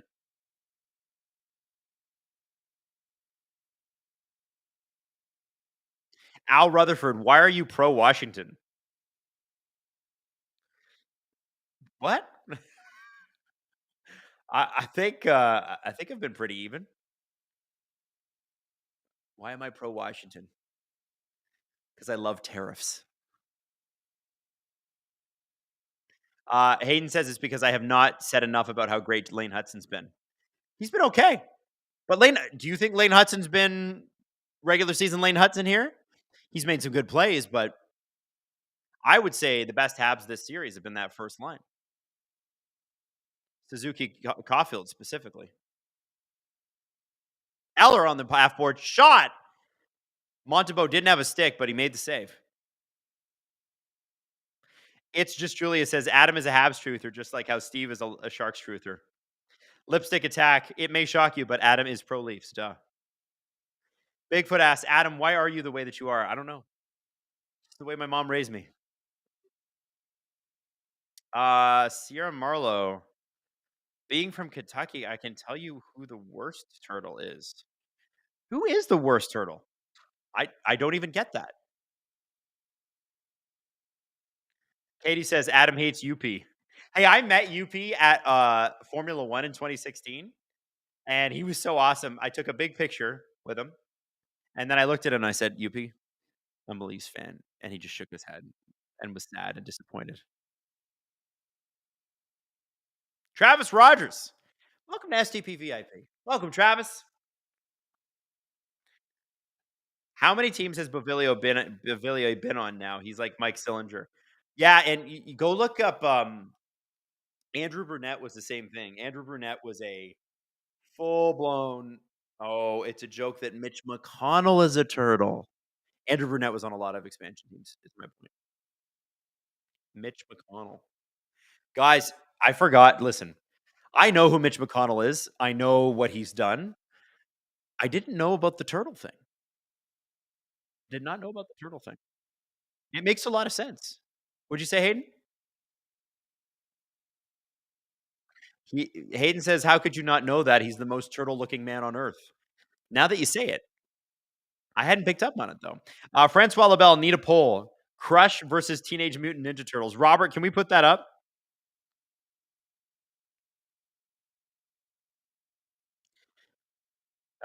Zachary says, no, Mitch McConnell is a rat. Well, he doesn't look like a rat. Podcast will drop very soon. It says at the top of the chat, the podcast will drop around 8 p.m. Well, it's 8:30. I don't know if we're going to make that deadline.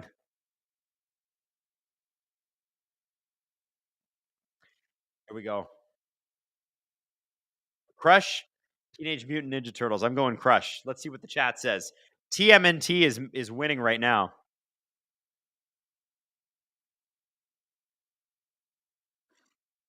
Is Mitch McConnell one of the Teenage Mutant Ninja Turtles? Michitello? His weapon is putting people to sleep and then putting himself to sleep while giving speeches. Craig G says, your TMNT disrespect will not go unnoticed. Man, I just love Crush. Oh, Montembeau with a shot. Whoa! Save Montembeau. Van Riemsdyk. Oh, to down. Oh, Duhaime couldn't get a handle on it. Anderson with a big hit on Duhaime. Using the body to get off it. Carrier tries to get it out. Habs can't clear.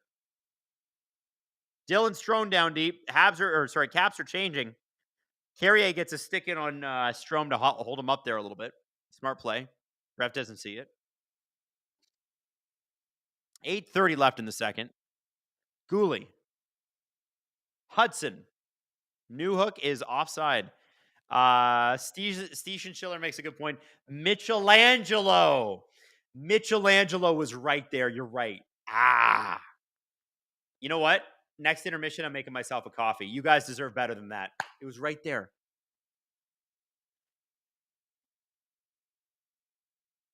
Netfront Present says, I love that I triggered an entire fan base as not a fan of TMNT. Now that we have a poll, knowing which is better. By the way, the poll is saying that Teenage Mutant Ninja Turtles are winning, but 58% to 43%. Guys, what happened to Crush? Somebody just said Mitch is Splinter. Yo, true. He's Splinter if Splinter was competent, because I don't like anything that Mitch McConnell did, and he was very effective at it. You can't deny that. Sandine to Ovechkin. Down deep. Doesn't go deep. Oh, Ovechkin just pushes guys around. He just Lane Hudson grabbed him, and Ovechkin's like, no, you're going to go down. It's like, honestly, Alexander Ovechkin is like what fighting with a fridge would be like. Here comes Armia. Oh, nice play from his butt. That was Dylan Strome. Stopped Armia before a perfectly clear shot at Logan Thompson. Francois Labelle says, you forgot Master Oogway from Kung Fu Panda. He is also a great turtle. I love him. Those Kung Fu Panda movies are so great. And as a dad, you're like, oh, please put Kung Fu Panda on so I can actually watch what you're watching, because the rest of it's so bad.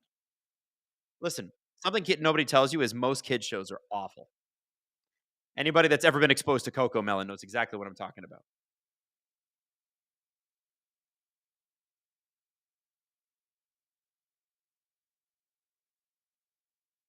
.702 left in the second period. Mick Biggin says, holy cannoli with the shots. Much respect to Monty. 2 shots after 24. Yep. Wilson with a shot. Montembeau has done great. Oh, Dubois took a little swing at him there. Matheson's not going to... Well, he's going to push Dubois, but I don't think there's much he's going to do to Dubois. 26-10 are the shots. I told you guys, the Caps are the better team. They are. Listen, Habs fans, you have to know that. They're the better team. If you squeak out some wins, though, that's the playoffs. City Magic 15. As of 3 minutes ago, Landeskog is in for game 3. I love hearing that. That's fantastic news. By the way, doing a little bit of scoreboard watching here. None of the games have started yet, so we can't really do any. Game 3 of round 1 Stars Avs 9:30. Hopefully that's Landeskog's music. And then Kings and Oilers will play game 2 of their series starting at 10. Light night on the Eastern Conference. Tomorrow, though, Leafs are playing. Leafs, Panthers, Lightning, Golden Knights, Wild, and Jets and Blues. That Jets and Blues series has been real interesting. City and Magic. Oh, sorry. Crash Test Fetus says Turtle Pope from Elden Ring. I am a nerd, and I think I would love Elden Ring. I've just never played it.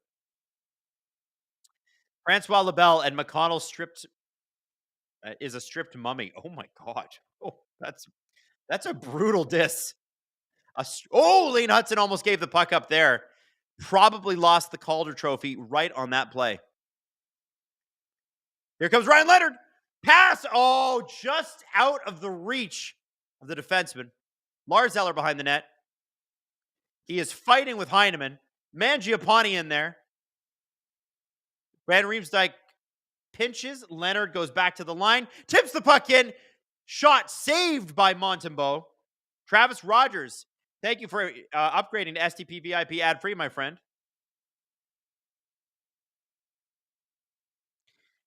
Craig G. Eating sugar? Yes, Papa. Telling lies? No, Papa. Here comes Eller. Nice move. Oh, it's just broken up there by Carrier.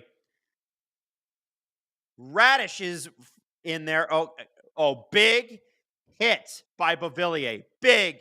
Was that Beauvillier? Was that 72 or 27? I just don't know anymore. Where's the Duhaime? I don't know. There was a big hit. 4:55 in the second period. Puck is out. I feel like we're going to commercial here. Paragon says you got to introduce Everly to Avatar: The Last Airbender, Nickelodeon cartoon from the 2000s. Absolutely spectacular kids cartoon with really strong female characters. I will check that out.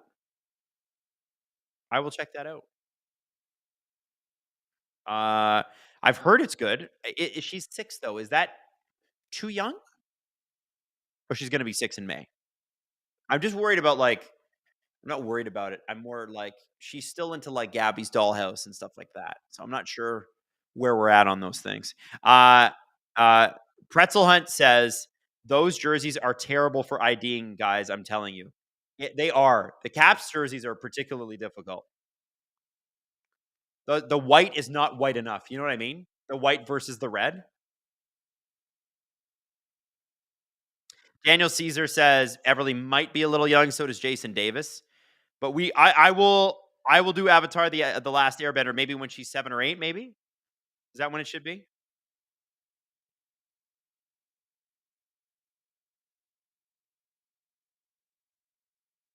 Some people saying wait till 9. Adam, are you watch along for the whole Habs series? Yes, Albert, I am. I'm doing the whole Habs Cap series. We're having a good time. Just having the best time, actually. It's kind of fun.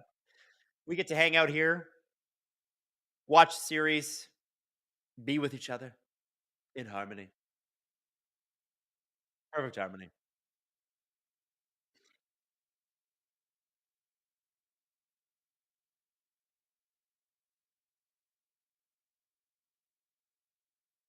After Act, did I miss the podcast or are we still waiting? Apparently, we are still waiting.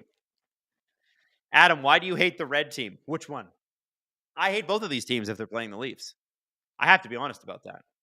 Francois Lebel, Monty is the best Hab so far. Absolutely. Sam Montembeault, listen, he's way onto the Olympic team just by this game. McMichael, who's had a really strong game. Wilson, who's had a really strong game. This is a very dangerous line for the Habs to handle. And Dubois in front of the net doing what he does, which is just be a gigantic man who's a pain in the butt.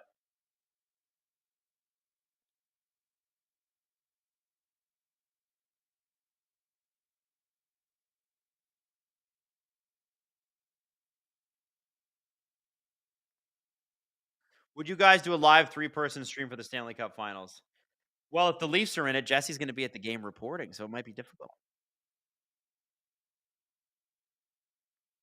Sierra Marlowe says it used to trigger Adam Siri every time he said my screen name. That is true. Jonas Goria, STP release. It's coming, Jonas. It's coming. I can text Jesse right now. Jesse, the chat wants to know, when is the show dropping? They keep asking.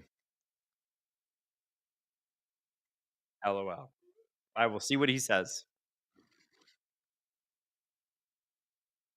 4:04 left in the second. Sharon D upgrading to STP VIP ad free. By the way, if you do upgrade to STP VIP ad free, you can watch the episode now. It's out. Grumpy Monk upgraded to STP VIP ad free. Grumpy Monk also wants to get that episode. Now you can, Grumpy Monk. 900 people watching this, only 377 likes. Guys, can we at least get to 50%? Can we at least pass math class? Jared says, hey, Adam got married last month. Any tips on how not to get divorced? Also, the pod is out for us VIPs. Jared, my recommendation is just be a good person. Be patient. Patience is always good. Francois Lebel, Avatar is great, but too young for a 6-year-old that deals with heavy stuff like war and genocide. Yeah, we'll wait a little bit longer, but I'm excited to watch that with her. Nathan Valaket, likes for grips. Yeah, you know it.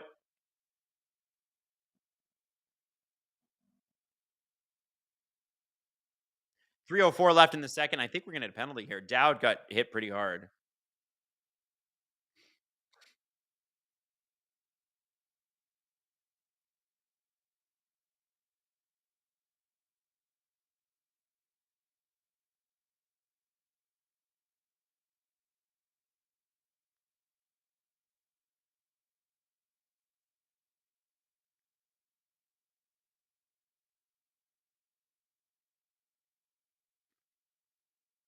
All right, here we go.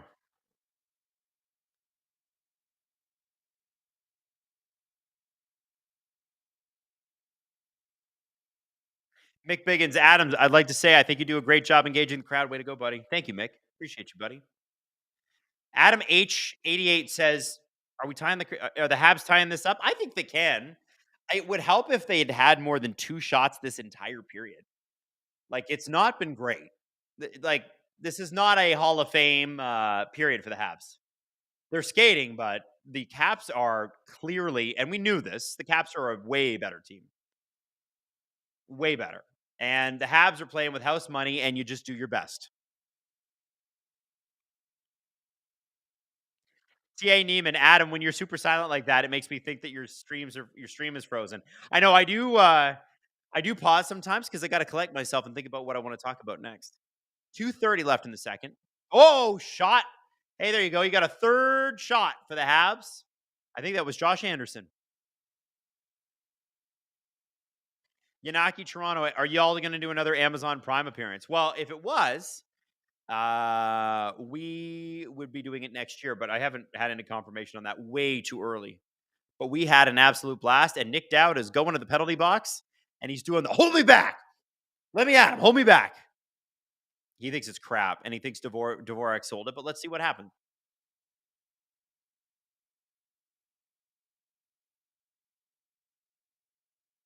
What happened here? What did Dowd do? Is this interference? Yes, it sure is.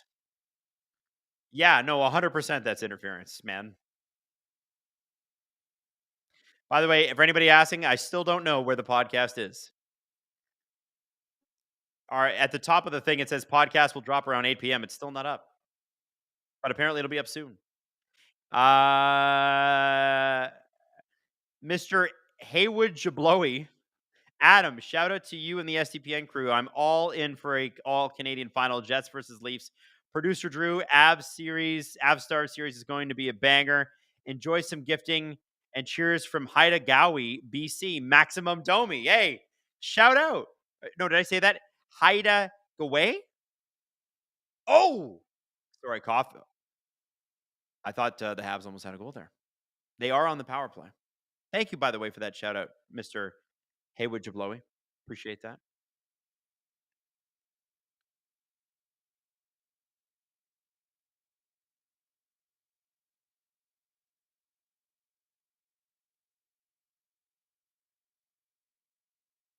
.207 left in the game. Here, I'm going to do a little boom. There's a clap for the face-off. Caps win the face-off draw. They've had a lot of chances on Montreal's. It's crazy. They've had a ton of chances on Montreal's power plays. Montreal's power play, I'll be honest with you guys, it's not good. And it hasn't been good for a while. It's a bit cold. And it kind of stinks. Haywood Jablowy, 5 SDPN memberships. Hey, thank you. Haida Giai. It's Haida Giai. Okay. Haida Giai. Thank you. And thank you guys. I've never heard of the place. Admittedly, my geography should be better.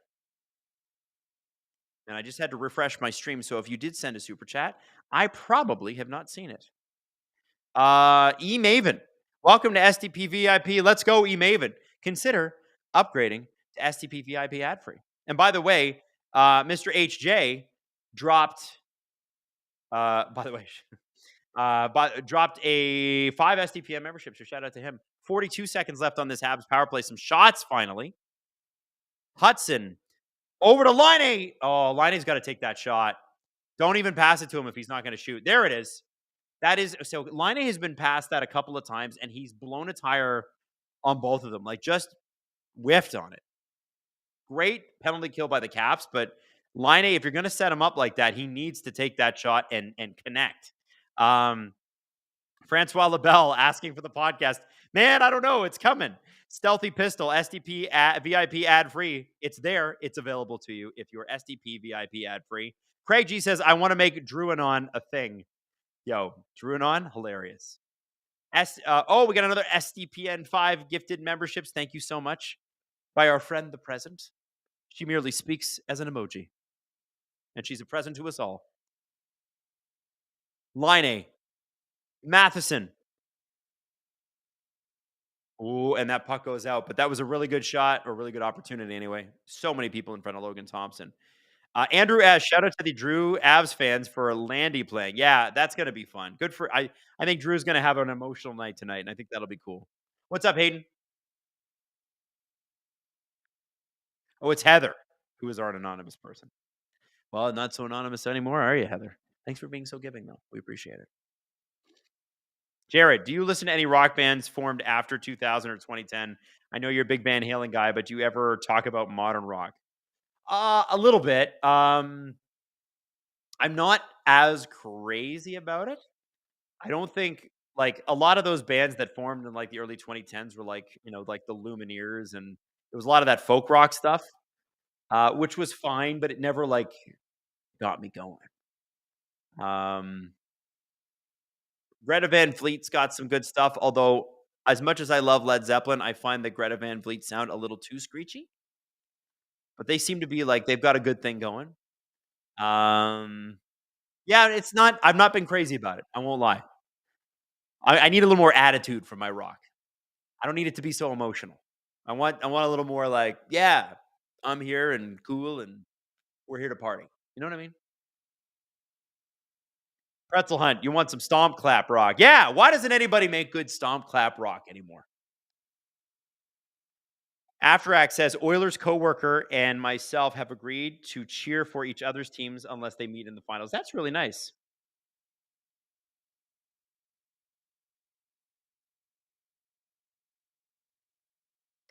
Hayden McBreen says Greta Live was sick. I've heard they're really good. I've heard they're really good. Adam, what's the Chipotle order, man? We need to know. Spent $5 to ask. Jay Riley, yo, I don't even know, man. I haven't been to Chipotle in like 10 years. It's like, I really don't know. I have no idea. What do you guys order at Chipotle? I don't know. Adam H88 says half chicken, half steak at Chipotle. Always. You know what? I'll try that.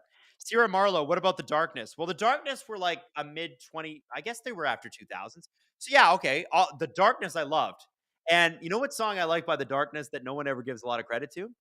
Listen to One Way Ticket to Hell. Great song.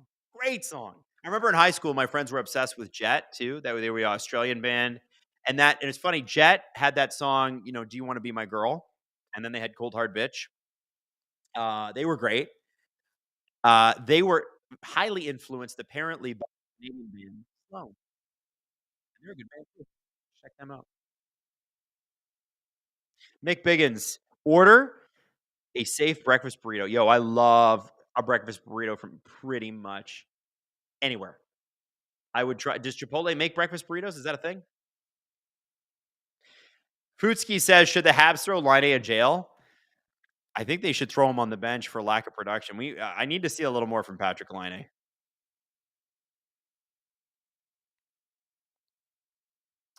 Net front presence. I'm just sitting here loving the fray.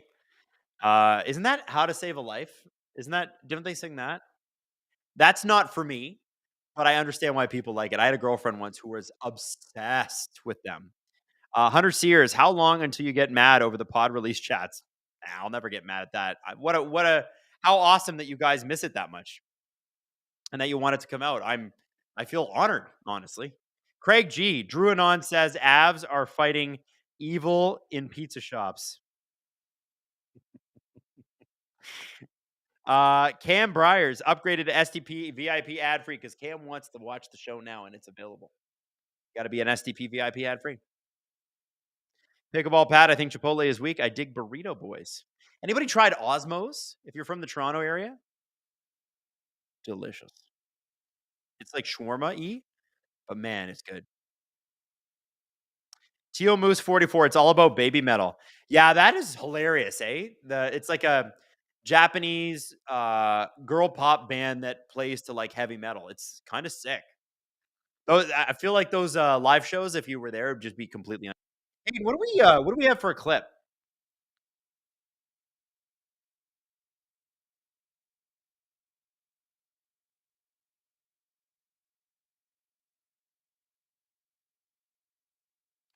Ooh, okay. Well, in light of our good friend Christopher Drury's extension today, we have a What's Going On with the Rangers segment for you. And then I'm going to be back at the beginning of the third period. I'm going to have a coffee in the meantime so that we can all hang out and I can be all fired up for the third period with you. Okay? Thanks for hanging out, guys. Gripper Nation. Be right back. The New York Rangers are doing locker cleanout today, and of all the teams not in the playoffs, I think they're the most interesting one. And I'm going to read you a few quotes, and I want to get your reactions, guys. Interesting. So, first one from the guy that's the best player and highest paid on the team, Igor Shesterkin. In my mind, something broke during the season and went the other way. We couldn't handle it. It was our job to find a way to get back. Interesting. I thought they did. Is the weird thing. I really thought they did. I thought they would. There was a moment where they got it back on the rails. I think they even were in a playoff spot for a little bit. And I'm like, okay, it's going to be difficult for them to like lose this. Yes. They're going to be fine. Like, and they dug themselves out of quite the hole. They did. They were like bottom 3 in the league for months. And they just lost it again. The next one. Okay. Chris Kreider. There's so much that happened this season. Yep. That you can almost forget what a mess the Rangers sort of were. And so, do you remember the Chris Kreider trade memo? Oh, yes. When it went out to 32 teams, who wants Chris Kreider? And everybody was like, no thanks.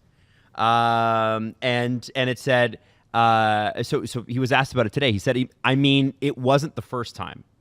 Won't be the last time.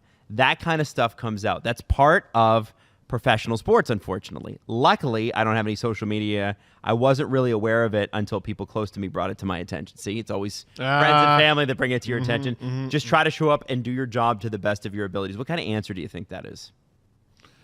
A vet, a frustrated vet who I don't think he wants out. Do you? Well, he said they asked him.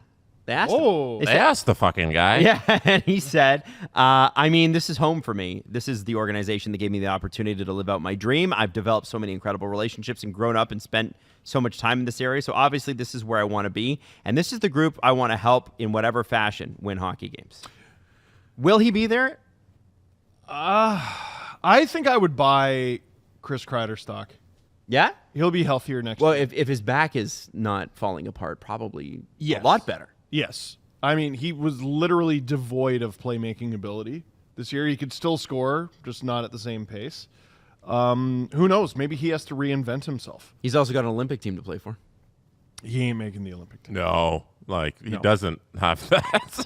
No, if If he gets on a tear in the fall, maybe. he made the team based on his reputation for Four Nation Face-Off, and he would have to be way better than he was this past season to make Team USA. Like you have the option to bring Chris Kreider and Matthew Nyes. Yeah. Who are you bringing? Yeah, Matthew Nyes is probably going to be on Team USA. Yeah. Guy almost scored 30 goals. Yeah. And like had playmaking ability and ran through everyone and wasn't broken and. Yeah. Matthews Nyes kind of makes a lot of sense for Oh, USA. I didn't even think of that. Yeah. It just does, right? Like you put a playmaker on their wing, whoever it is. I think Kreider will probably still be a Ranger come next season because I don't think the market for Kreider is that hot. That contract's going to be tough. Yeah, for no, teams like to how do you follow. get Yeah. rid of him? Yeah. Like who's really banging on their Rangers' door saying we need Chris Kreider in our lineup and we're going to give you something of value for him. You know, if you're just going to trade him for pennies on the dollar, you might as well keep Chris Kreider and hope that he can turn it around. Every time you're like, what team is going to be weird enough to all of a sudden my phone lights up and it says the Canucks and Predators are calling. Honestly, the Preds might do it. Yeah, they might. They asked might. Kreider, too, about the offseason. Barclay Goodrow being forced to waive his no trade, otherwise be thrown out on waivers. Jacob Trouba's situation and how those impacted the locker room. Here's what Kreider had to say. He said, it's part of professional sports, but obviously, at a certain point, it becomes somewhat of a distraction. Two guys that were massive leaders for us and a big part of our room. I just think there was this dynamic, and it's changing the environment like that. Not even to get into the personal relationships we all had, what good people they are, things that they did. It was certainly challenging. And to follow that up, Mika Zibanejad said, I feel mentally what I went through in the first few months was probably the toughest I've been through in my career. Wow. So that really, really affected the dressing room. You know, it's strange, right? Like, part of you can praise the Rangers for being cutthroat. Like a lot of teams have had who have had the most success in recent memory have been very cutthroat. Sure. But like you got a GM who's a former player and ought to know the ins and outs of a locker room and how this all works. I'm surprised. It's almost like he leaned too hard into it. It's like A little too Vegas? Like Vegas does that to one guy. well, like One guy a year, you're off the island now. It's like Yeah. Survivor. yeah, no, with the Rangers, like, and it was the way they went about it too. Like this was extra cutthroat. Like whatever the letter of the law is, we're gonna follow that. Human feelings be damned, right? And this is your captain too, not Barclay Goodrow, but Jake Trouba. Were they decisions that like helped out the team's cap situation? Sure. But they very obviously sacrificed an entire season to get it done. Right. I think it speaks to the nature of the organization and what a kind of a mess it is, just in how shaky the player group was and the coach Laviolette, who got fired since we recorded, I believe, didn't have the locker room at all, and the way they played games and that they'd be kind of in games and they'd lose it completely for a couple minutes and they'd be out, and how they had chances all season. Like I feel like from the organization, MSG themselves is kind of it's not very well run from a military standpoint where you're expecting like this is what we're going to do, this is our ethos. Like they seem just chaos at all times. Can I also say something in defense of Chris Drury? Okay. If he disagrees with any direction that the Rangers go in, we're never going to know about it. And the reason we're never going to know about it is, do you remember how he got his job? How did he get his job? He got his job because the Rangers did something ridiculous and sent sent out a statement that got the team fined $250,000. Yes. Because they were upset about Tom Wilson and the Washington Capitals. And the GM and the president, if I'm not mistaken, it was John Davidson and Jeff Gordon. They made it known, like, hey, we had nothing to do with this. And word got back to James Dolan, and James Dolan said, off with the both of your heads. If the organization tells Chris Drury to jump, and his response is not how high, he's gone too. Yes. So if he disagreed with the direction on any of this, we're never going to know about it. And if we do know about it, well, It'll be because he did Chris a tell-all. Drury's available. All right. Yeah. And you look at Jeff Gordon, who left for the Canadiens, who has done a fantastic job with the Montreal Canadiens as their as his role, executive vice president, I think. He's been been fantastic, and like he built a lot of what the Rangers, who then became the President's Trophy winners and had all these deep runs in the playoffs, he built that, and then now he's done a great job with the Canadiens, and you wonder if like. If the guy at the top, James Dolan, was a little too eager to get rid of him in that moment, it's same with David. It was Davidson. emotional. It was very and nakedly emotional. And I feel like that's what this season has been. It has been a season run on emotions, and I feel like that speaks to how the guy who owns the team run and how he has controlled the president, Chris Drury, and general managers run it, and how it led to Peter Laviolette running the locker room, and how the players now feel where everything's driven by emotion, and I'm up and down because of everything that's going around them. And I think the whole thing is very poorly run. Do you see the report that apparently Dolan was like involved in locker cleanup?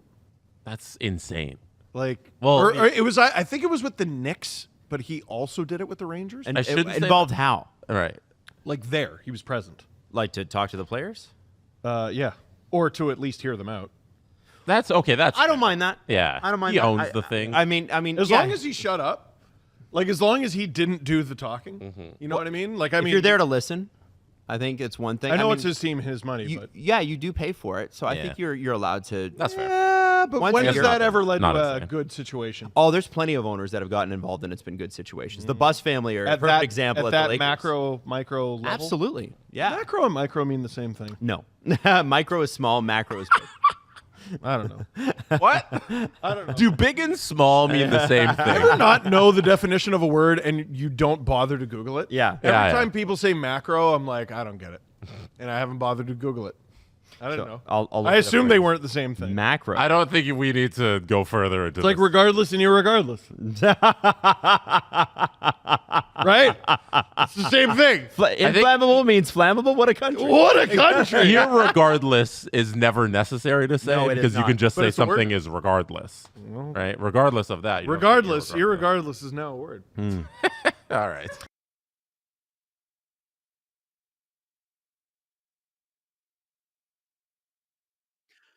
Fwag Dunny has upgraded to his membership to STP VIP ad free.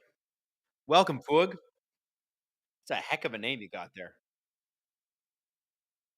Jonathan, Adam, my girlfriend and I are doing a trip from Toronto to Banff this summer, making a cross-country Canada trip, all Canada playlist for driving. 12 hours so far. What are some of your favorite Canadian songs? Oh my God, do I have so many. So it depends on if you're making an all Canadian playlist. There are certain bands that must be included. And obviously, people are going to say like Tragically Hip, Bryan Adams, Celine Dion. These are, but let's get into some bands and some stuff that like you need to hear that you've never heard before. Have you ever heard of Nova Scotia's April Wine?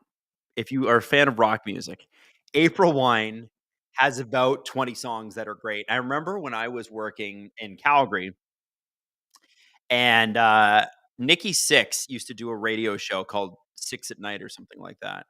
And our Calgary rock station used to pick it up. And they sent the clips over because it's never live, right? They'd send the clips pre-recorded.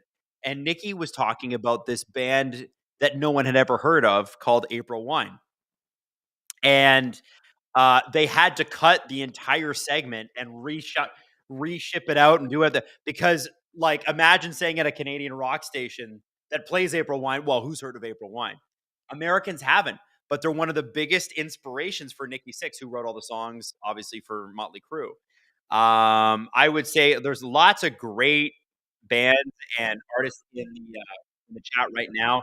Sheepdogs, Carly Rae Jepsen, Classified. Man, I've met Classified. I knew Classified's wife in Halifax. I worked with her at the radio station. She worked at our radio station. Super nice person. She was just about to go on mat leave with their first kid. Love Classified. He's a good guy. Protest the Hero, Bare Naked Ladies, David Usher, Black Heart. Song is very, very good. Bush X, I think, is it, or just Bush? There's a Canadian Bush and an American Bush. So when Gavin Rossdale's Bush came to Canada, they had to be called Bush X. Hilarious, right? Craig G, You Don't Love Me by the Philosopher Kings. Great song. Oh, somebody just mentioned the Headstones. Hell yeah. Hell yeah. Let me pull my Spotify up. So here's a band that you need to look up. So you probably know who Tom Cochrane is, right? Life is a Highway. Look up his band Red Rider. They were awesome. And they have a couple of songs. So Lunatic Fringe, you got to listen to. White Hot, you got to listen to. Human Race, you got to listen to. Boy Inside the Man, you got to listen to. And there's a song that they have called Big League. And Big League was playing on the radio when Nazem Kadri's mom and dad were driving to the hospital so she could give birth to Nazem. And it's a song about hockey, and it's a song about not quite making it, but he remembers listening to that song on the way to the hospital, which I think is such a cool thing. I would definitely give that a chance. Another band you should check out is a band called Toronto, and they have a couple of songs that are it's a bit of like cheesy 80s rock, but there is a song by Heart called What About Love? What About Love? You know that song? Toronto wrote that. So the people that were in that band wrote that song, and the record company's like, this is a great song. Let's give it to an already popular band. And so Toronto did a version of it, and Heart did a version of it. And funnily enough, obviously Heart turned it into a number 1 worldwide hit. So those guys who wrote it from Toronto, the band Toronto, they never had to work again. They're still getting checks from that song. Isn't that crazy? Yeah. And Robert Cox, Your Daddy Don't Know. That's another song by them that I think you would absolutely love. Let's see what else I got here. Canadian bands. Oh, Kim Mitchell. Look up Kim Mitchell's greatest hits, Lager and Ale. There's a band called Max Webster that Kim started with. There's a song called Let Go the Line that is just such a great, melodic, awesome song. Anything by Rush. I mean, gosh, there's so many great songs out there. Oh, Corey Hart, Sunglasses at Night. What about Never Surrender? Or was that? No, that was the guy that did Strange Animal. What was his name? And he now he's the lead singer for Styx now. Lawrence Gowan. You're a strange animal. That's what I know. Do, do, do, do, do, do, do, do. You know what I'm talking about? Another guy, there's a Montreal guy. Hold on. Hang on, I'm looking it up. I know the game's on. I'm looking it up. Hang on. Montreal guy.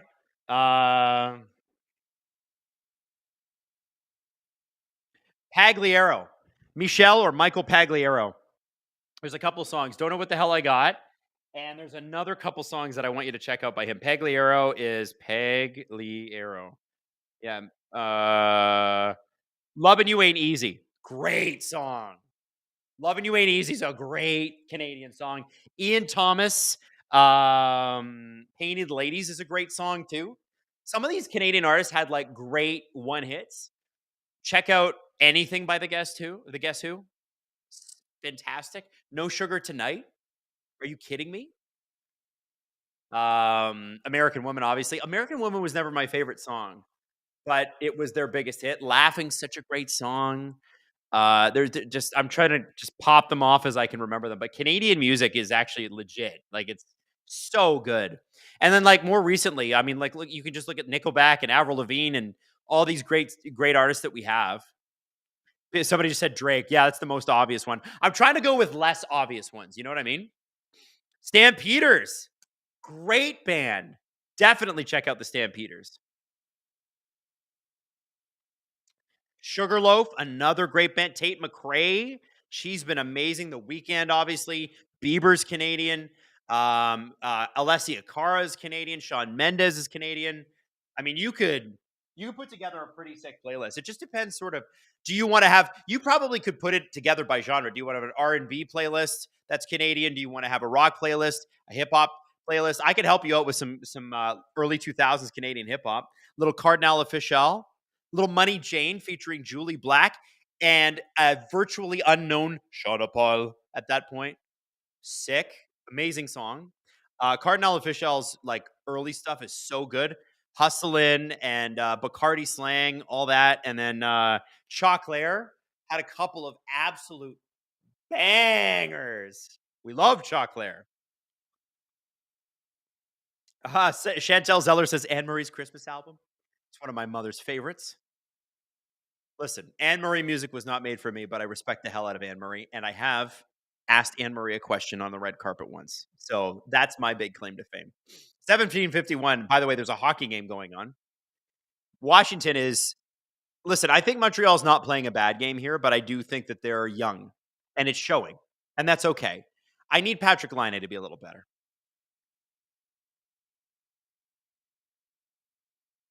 Certified Pineapple Tree. Have you ever met Josh Ramsey? Absolutely. I actually made a bet in 2011 or 2010 with the drummer from, not the drummer, the bassist from Marianas Trench about who would finish higher, the Habs or the Leafs.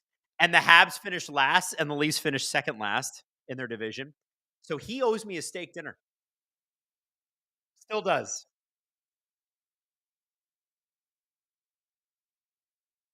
Futski says, Adam, should the Habs kick Laine out of the power play and put Demidov in his place? The problem is Demidov has not been that good either. And he's younger. Listen, I have not been impressed with Laine at all this series. But I mean, he's Laine, so he can turn it around at any time. Demidov, you got to ease him in a little bit. Like, it's a lot of expectations on the guy. If he'd had more than like 5 regular season games, it would have been nice. All right. Now, I will tell you this. If you are putting together a list of Canadian music, there is a lot of bad Canadian songs too. Like, no disrespect to these bands, but I never understood why anybody would listen to Doug and the Slugs. I know people love David Wilcox. Not for me. Don't get it. Don't understand. Who else? My friends in Marianas Trench had, and I say my friends, they're really nice guys, but they're not my friends. They have a song called Pop Music 101, and it makes me want to do mean things to strangers on the street. That's a song that's grating to me. But they have so many other great songs like Shake Tramp that you listen, everybody misses. Blue Rodeo. We forgot about Blue Rodeo. Blue Rodeo I've seen live. Amazing band. Amazing band. Mac Forg says Laine is hurt. Demidov should be feeding Caulfield and Suzuki. Is Laine hurt? Hayden, have you heard anything about Laine being hurt? That's the first I've heard of it.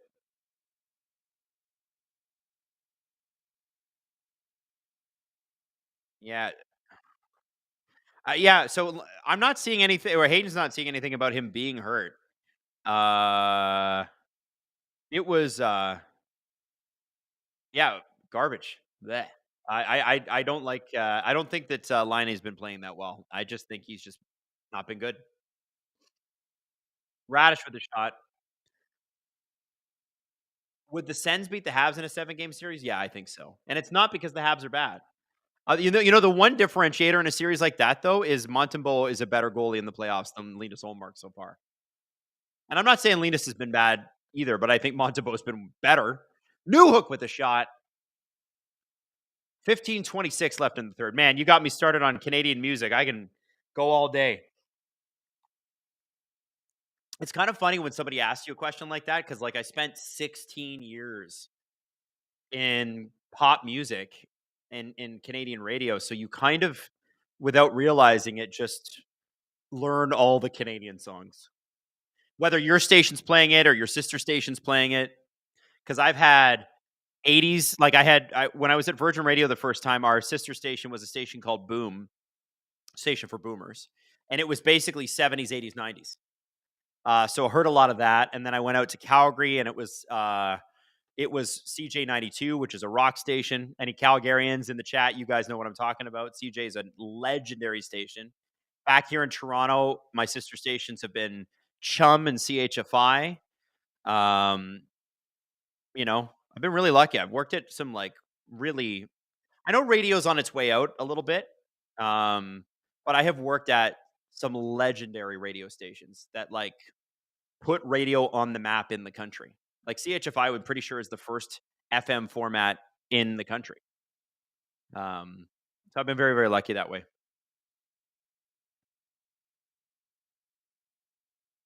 14:44 left in the third period. Yanaki, Toronto. What is 107.1? That's Q107.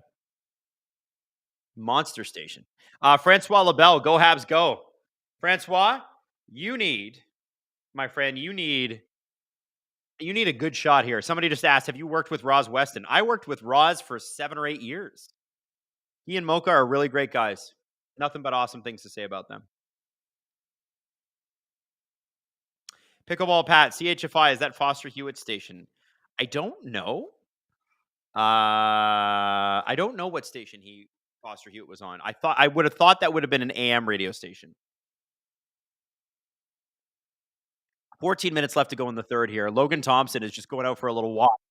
The Caps do need to remember they are only up by 1 goal. And I know they've been dominating, but it's hockey, man. And here we go. We got a 3-on-1. Mangiapane shoots. Rebound played perfectly by Montembeault, and it pops up over the Caps player's stick.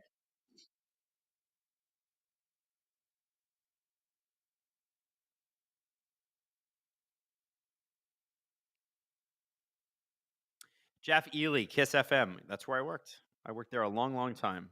Fun fact, Kiss, there's a station called Kiss in Toronto. I was the first person on it. It was like a station in the late 90s, early 2000s, and then it switched to a Jack FM format. And when they brought it back, your boy Adam was hired as a 21-year-old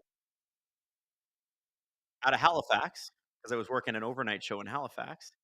And our program director, Julie, said, just go on the air. Doesn't matter. If you make mistakes, who cares? No one's listening right now. It was really low rated at the beginning. And she's like, I don't even know where we're going to put you. I don't know what day part you're going to do. So I was like, well, I'd like to do evenings. And she's like, okay, go out and earn it. And they started hiring people and bringing them in and whatever. It was very cool. And I got to be the evening guy. Very, very cool. It was one of the best. Certified Pineapple Tree. Have you ever met Dean Blundell? Yes, I have. And Dean was always really, really nice to me. I even sat in on his morning show when I was 18. I know Dean's got a big reputation as a big personality, and some people love him, some people hate him, but always really good to me. And his dad was actually a longtime executive at Chum Radio, like a national executive. Jim Blundell, really nice man as well. Jacqueline K. DJ Climax is a good friend of my bestie's husband. DJ Climax from Kiss is Sasha is his name. Awesome guy. An excellent person. Just can't say enough about him. He used to come down in 2013 when the Leafs were playing the Bruins. He used to come down to Maple Leaf Square with me, and we would hang out and watch the game together. And that's when there was no tickets, no cops, no concrete stanchions. You just went. You walked onto the square, and that was it. It was cool. It was cool. Francois Leperle, is this a watch along or an autobiography? I don't know. It's a chat along.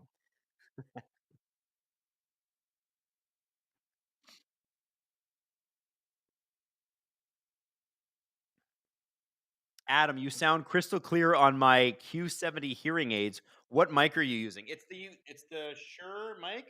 These mics are like the typical podcast mic. Forget what they're called. I can find out for you. But yeah, these are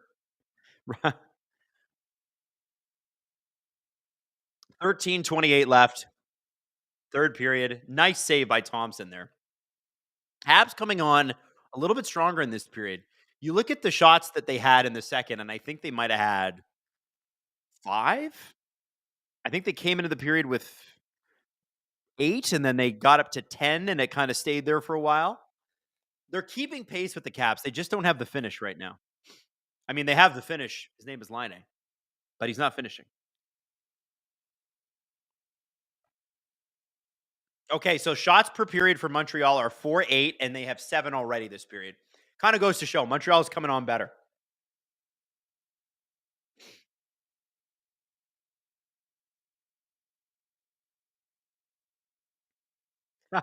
This is the history of Adam Corner. Well, you got me going. Then I had to keep talking. I need to shut up, though. No one cares. 13-10 left in the third period here. Shots are 29-19. I have to tell you, the Caps lines all look good tonight. Like, it's hard to say that, like, the amount of opportunities that Radish, Dowd, and Duhaime have had is kind of mystifying to me. I thought with Heineman, Evans, and Demidov lined up, that might give Demidov an opportunity to feast a little bit. And I got to be honest, he's been kind of invisible. And so is Line at 5-on-5, like invisible. Watch. So you got Evans, Heineman, and Demidov out there right now. See what they can do. I've really liked Evans and Heineman, but Demidov. Ooh, what a play. Strome. Sandin with a shot. Canadiens out. Looks like we got a 2-on-1. 3-on-2. Armia. Oh, what a save by Logan Thompson. That was a sure goal. Armia with great vision. And Logan Thompson makes his second big diving save of the game. That was crazy. I need a whistle so we can see that replay. Wow. What a save. Man, Logan Thompson better find his post soon. But he's a little like watching Cujo back in the day. And Hasek just diving everywhere to make saves. It ain't pretty, but it looks pretty on the replay. Suzuki to Slavkovsky. Can't get a handle on it. Suzuki stops the clear out. Slavkovsky over to Caulfield. Caulfield can't quite get it. Van Riemsdyk interrupted that. Out to the point. Lane Hudson dekes out McMichael and then gives it up to McMichael. Wilson and Hudson fighting for some space there. 11:50 left in the third period. The game pace is picking up. Montreal, I think, realized, hey, we're only down by a goal. Who cares how many shots we got last period? All we have to do is simply score, and it doesn't freaking matter. And listen, imagine it's 2-2 and it goes to overtime again this game. Mangiapane, shot blocked. Wilson keeps it deep. Puck rings around. Mangiapane down low again. Look at the big body of Tom Wilson. He's huge. And then you got Dubois out there. Oh, Mangiapane. If he had got a handle on that, he'd had a good shot to beat Sam Montembeault. The puck is iced and then waved off because Carlson was able to get there. I don't know about that waving off. I think that should have probably been icing, but we got a breakaway here. 2-0. Anderson. Big save by Logan Thompson. Anderson, who we thought scored earlier, it was actually Christian Dvorak. 2 huge saves by Logan Thompson in the last couple of minutes. Look at that. James Semler, save of the playoffs so far. It's going to be hard to beat. We still have not had a whistle since then, so we can't get a look at the Logan Thompson dive. By the way, the Montreal Canadiens are out shooting the Caps 9-2 this period. I think they figured out they're only a goal behind. Francois Labelle just says crap on the social media, on the super chat. Yo, Francois, how can you not be down with this? The Habs are killing it right now.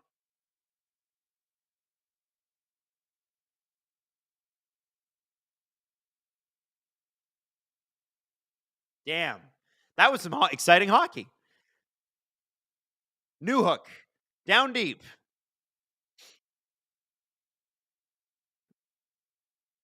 Evans with a shot and a good save by Thompson. We finally get a whistle after like 3.5 uninterrupted minutes. Caps fans are on their feet for that man right there, Logan Thompson. Let's have another look at this save. That is unreal. How did he stop that? Wow. So it goes off the post a little bit. And then great save on Wilson with the glove. Wilson smartly went low there. What I like about what Thompson did there, and I don't know if this was on purpose, if Thompson on that Anderson shot, if Thompson kicks that out, that's a rebound. But what he did was he kind of killed the momentum of the puck by grabbing it with his glove. I think he probably wanted to cover it up for a faceoff, but instead it at least eliminates the rebound chance, and that's great.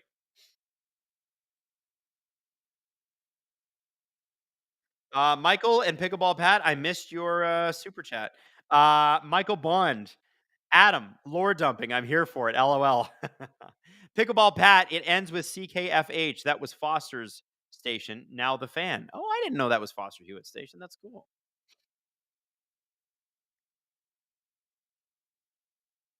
Open net and hits the post. Damn it. Yeah, I know, Simon. That's crazy. That was a crazy set of plays. That was awesome. Enjoyed that very much.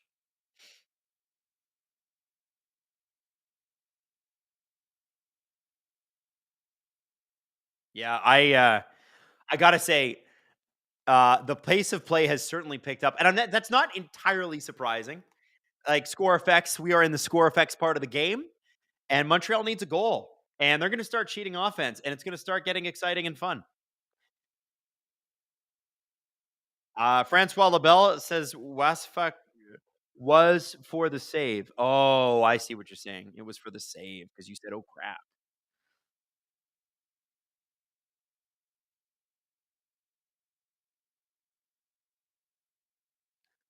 Ryan Rebello says Habs are a team of Alex Kerfoots and Pontus Holmbergs. Yo, man. Some of them are, listen, that first line for the Habs has played pretty damn good these first two games. There are a lot of passengers on this Habs team right now. And I know that's not what anybody wants to hear, as a Canadian saying that. And I'm not trying to take shots at the Habs because I'm a Leaf fan. I need Patrick Laine to be Patrick Laine. I need Alex Newhook to convert on that goal earlier in the game that he should have had. Look at Suzuki. Nice little interception shot. It's blocked, but they're making stuff happen, Suzuki gets run into by Wilson. And Thompson, it looks like he's hurt or he got slashed or something. That didn't look fun. I think he might be a little stung there. Hopefully that's nothing bad. He's not skating to the bench, so James Semler, not to make everything about the Leafs, but ha ha ha. Jonathan says Laine doesn't look like he skates unless there's an open lane to the net. Yo, I'd love to know what Habs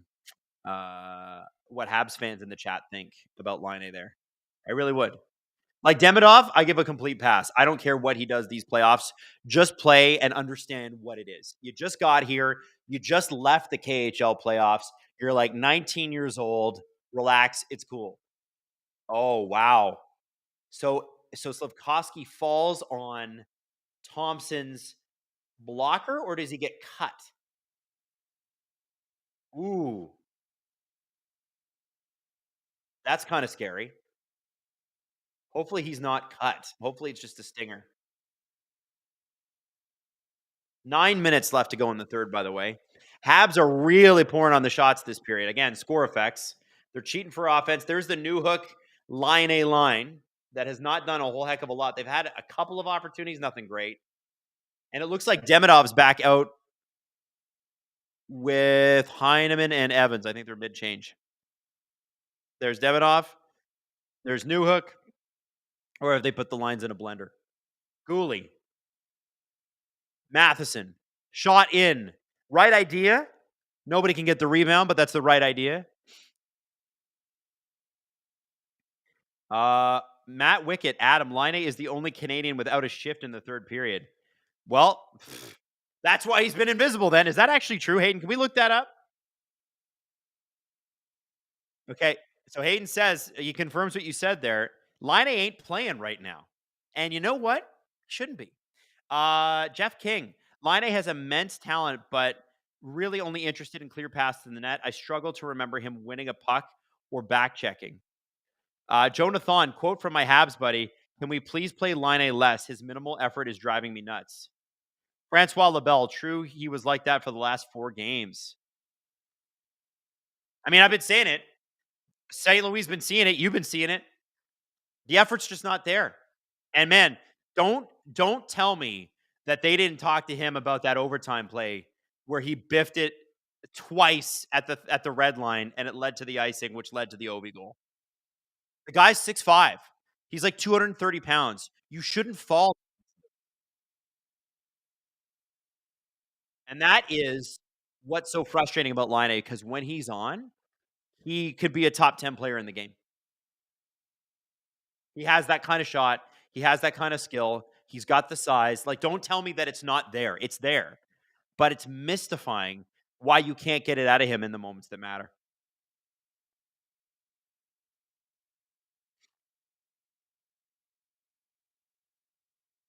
Like, think about what Laine did when he came back to the lineup after being injured in preseason. Didn't he score in like 9 of the first 12 games? That guy can just do that. He could just snap and it's done. And that's not new for him. He's got a reputation for that, but it's when he goes cold, man, it sucks. And I don't think he loves physical series. 7 minutes left in the third period, guys. Habs trying desperately and doing a great job getting shots to the net. Not a whole lot of finishing ability, but you see the idea, right? You want to float shots to the net. That's what they seem to want to do. You see Mike Matheson do it. Cole Caulfield just did it there. You got guys like Anderson, and Slafkovsky, who can bat that puck in. That's how they scored their only goal, was floated it in. Dvorak and Anderson took swipes at it until it went in. Goal ultimately was Dvorak's. Cooley, back down deep, rings it around the boards. Nobody really there to stop it, and the Caps are going to be able to get out. Habs are frantic right now. Not playing the best positionally, but it's heart and soul. And these are kids, and I give it to them.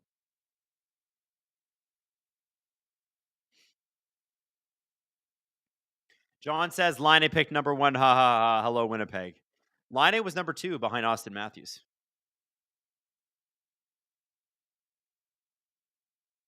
.555 left in the third period. Sandin gets the puck down deep. I think Washington is going to try to turtle their way through this.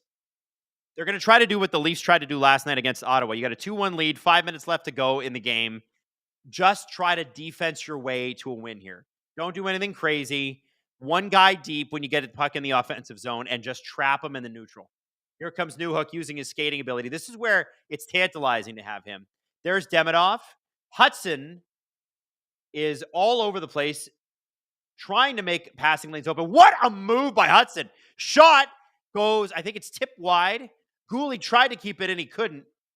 There's Demidov to Gooley. Demidov's going to change. I think that was a really good move. Newhook still out there. Anderson. There's Evans behind the net. Puck is out. Newhook can't quite get the stick on it. Lane Hudson is still out there. You got to think that guy's going to get tired at some point. Oh, another great save by Montembeault. Here comes Josh Anderson, who's had a really good night tonight. As far as Habs forwards, he's been one of the most noticeable and effective. Dvorak back to the line. 4:36 left in the third. Dvorak.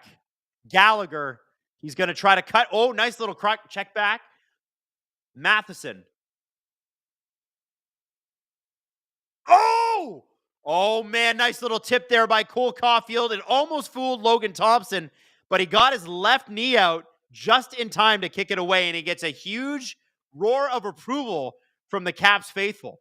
4:07 left in the third period.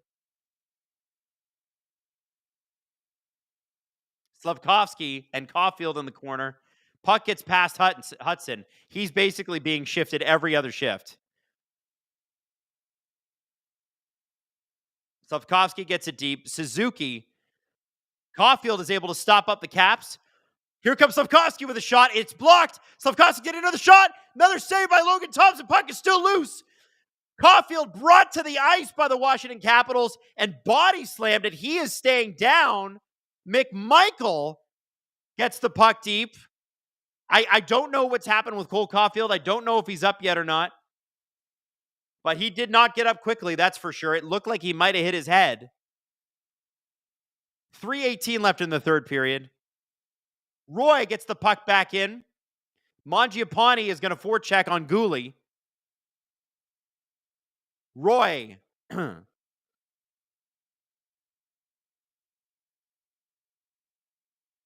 minutes exactly left. Mangiapane and Evans are fighting for it. Center ice. Caden Gooley. Habs tip the puck in deep.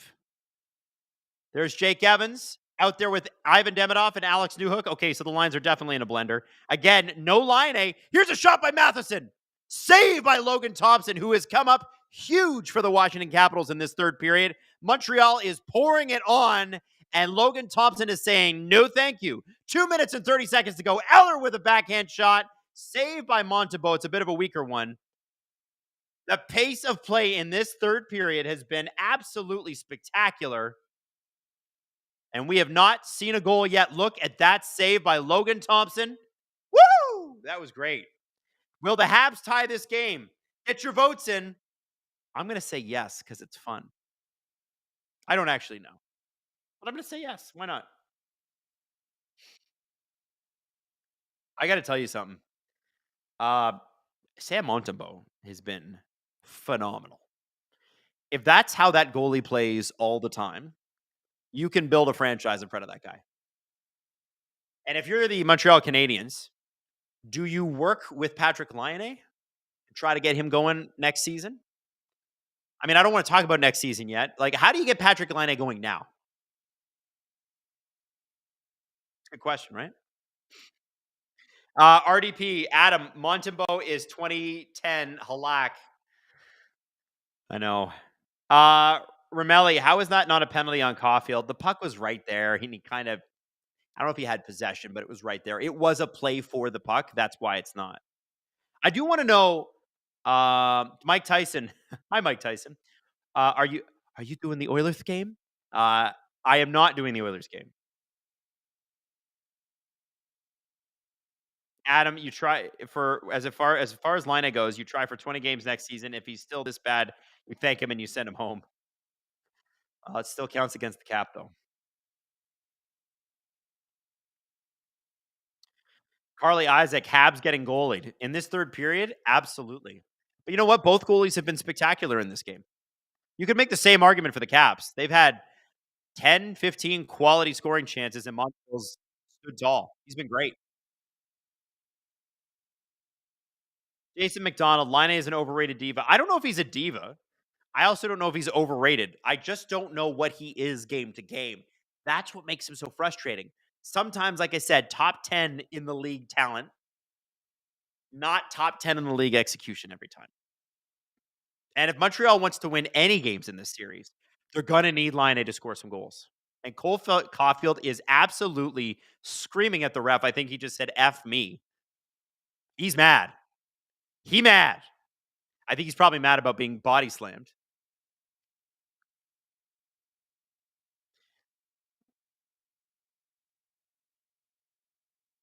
Carl Shant III says, Gripper Nation is my favorite live stream. Gripper Nation, we are small, but we are mighty. We're a good time.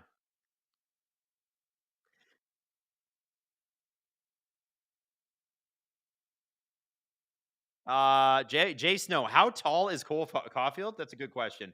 He's not that tall. We'll put it that way. He is 5'8". And usually they lie about it. Usually they make them. What's that? Yeah, Hayden says, yeah, I'm 6'5". Hayden, how tall are you? Hayden's 5'10". I'm 5'11". Yeah, I don't think Cole Caulfield is 5'8" necessarily. They do always lie about it. It's important that you know they lie about weight and height all the time. Hudson, here we go, guys. 141. Habs got a net empty. Hudson, Suzuki, Slavkovsky. It looks like Gallagher's out there. Suzuki gets a shot blocked. Caps get possession, and they are going to clear it down the ice, but not enough for an icing. That puck is flipping. There's the captain, Nick Suzuki, bringing the puck back up, not wasting any time. Cole Caulfield zipping in, as he do. Great defense there by the Caps to get the puck out, but not enough to clear it. Suzuki at the point. Hudson. Caulfield. Shot. Noticeable. There's no line A out there, guys. Oh, man, we thought the puck was clear, but it's not. Suzuki able to keep it in. Gallagher. Suzuki. Oh, no, that's not Suzuki. That's Suzuki. That's Caulfield. And that's,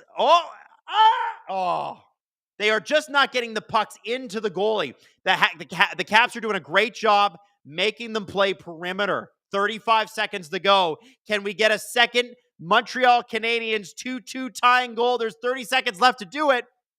Suzuki down to Gallagher. 22 seconds to go. Slavkovsky fighting for the puck. Hudson fighting for the puck. McMichael gets it out.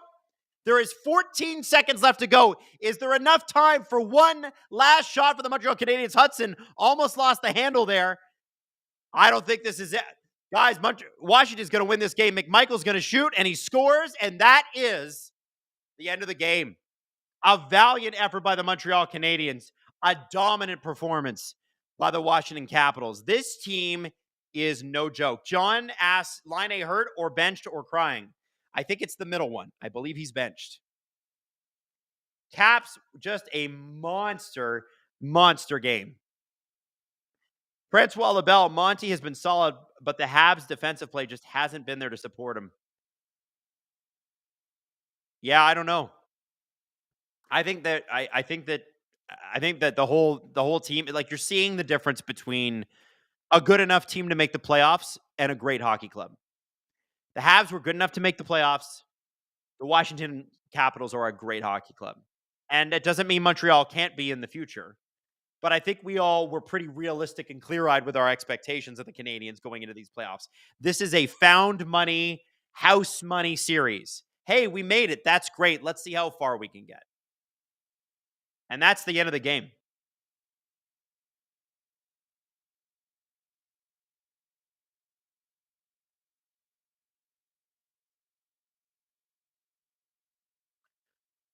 Cole Caulfield pissed. Yeah, he does not look 5'8". But I suppose that's a little unfair when he's an NHL player and everybody's over 6 feet tall. What if Cole Caulfield was 6'4" and could make moves like that? Probably be the most expensive player in the game. Well, guys, listen. I have to say, Montreal did a real good job trying to keep pace with the Caps. The execution just wasn't there.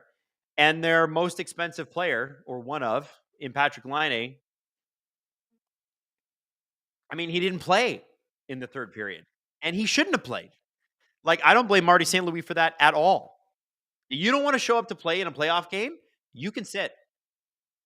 You could sit. He's been bad. They got to have a chat on the airplane on the ride home and go, okay, Patrick, so if you'd like to dress next game, consider showing up and playing hard. Yeah. We'll see. They always say a series hasn't started until you've lost a game on home ice.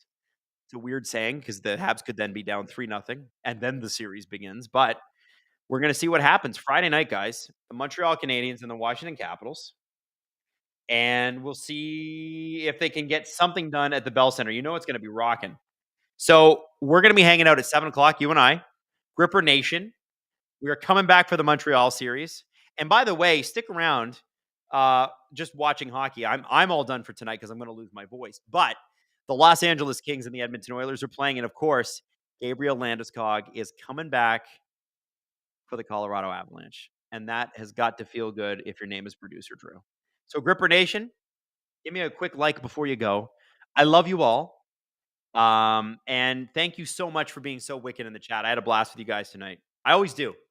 Always do. Lee says Patrick Laine had 11 chips, 10 minutes of ice time. Yikes. Good night, everybody. Have a great one. Thank you to Hayden Matheson. Thank you to Robert Malloy for running the chat. Gripper Nation, All three of us love you so much. Good night.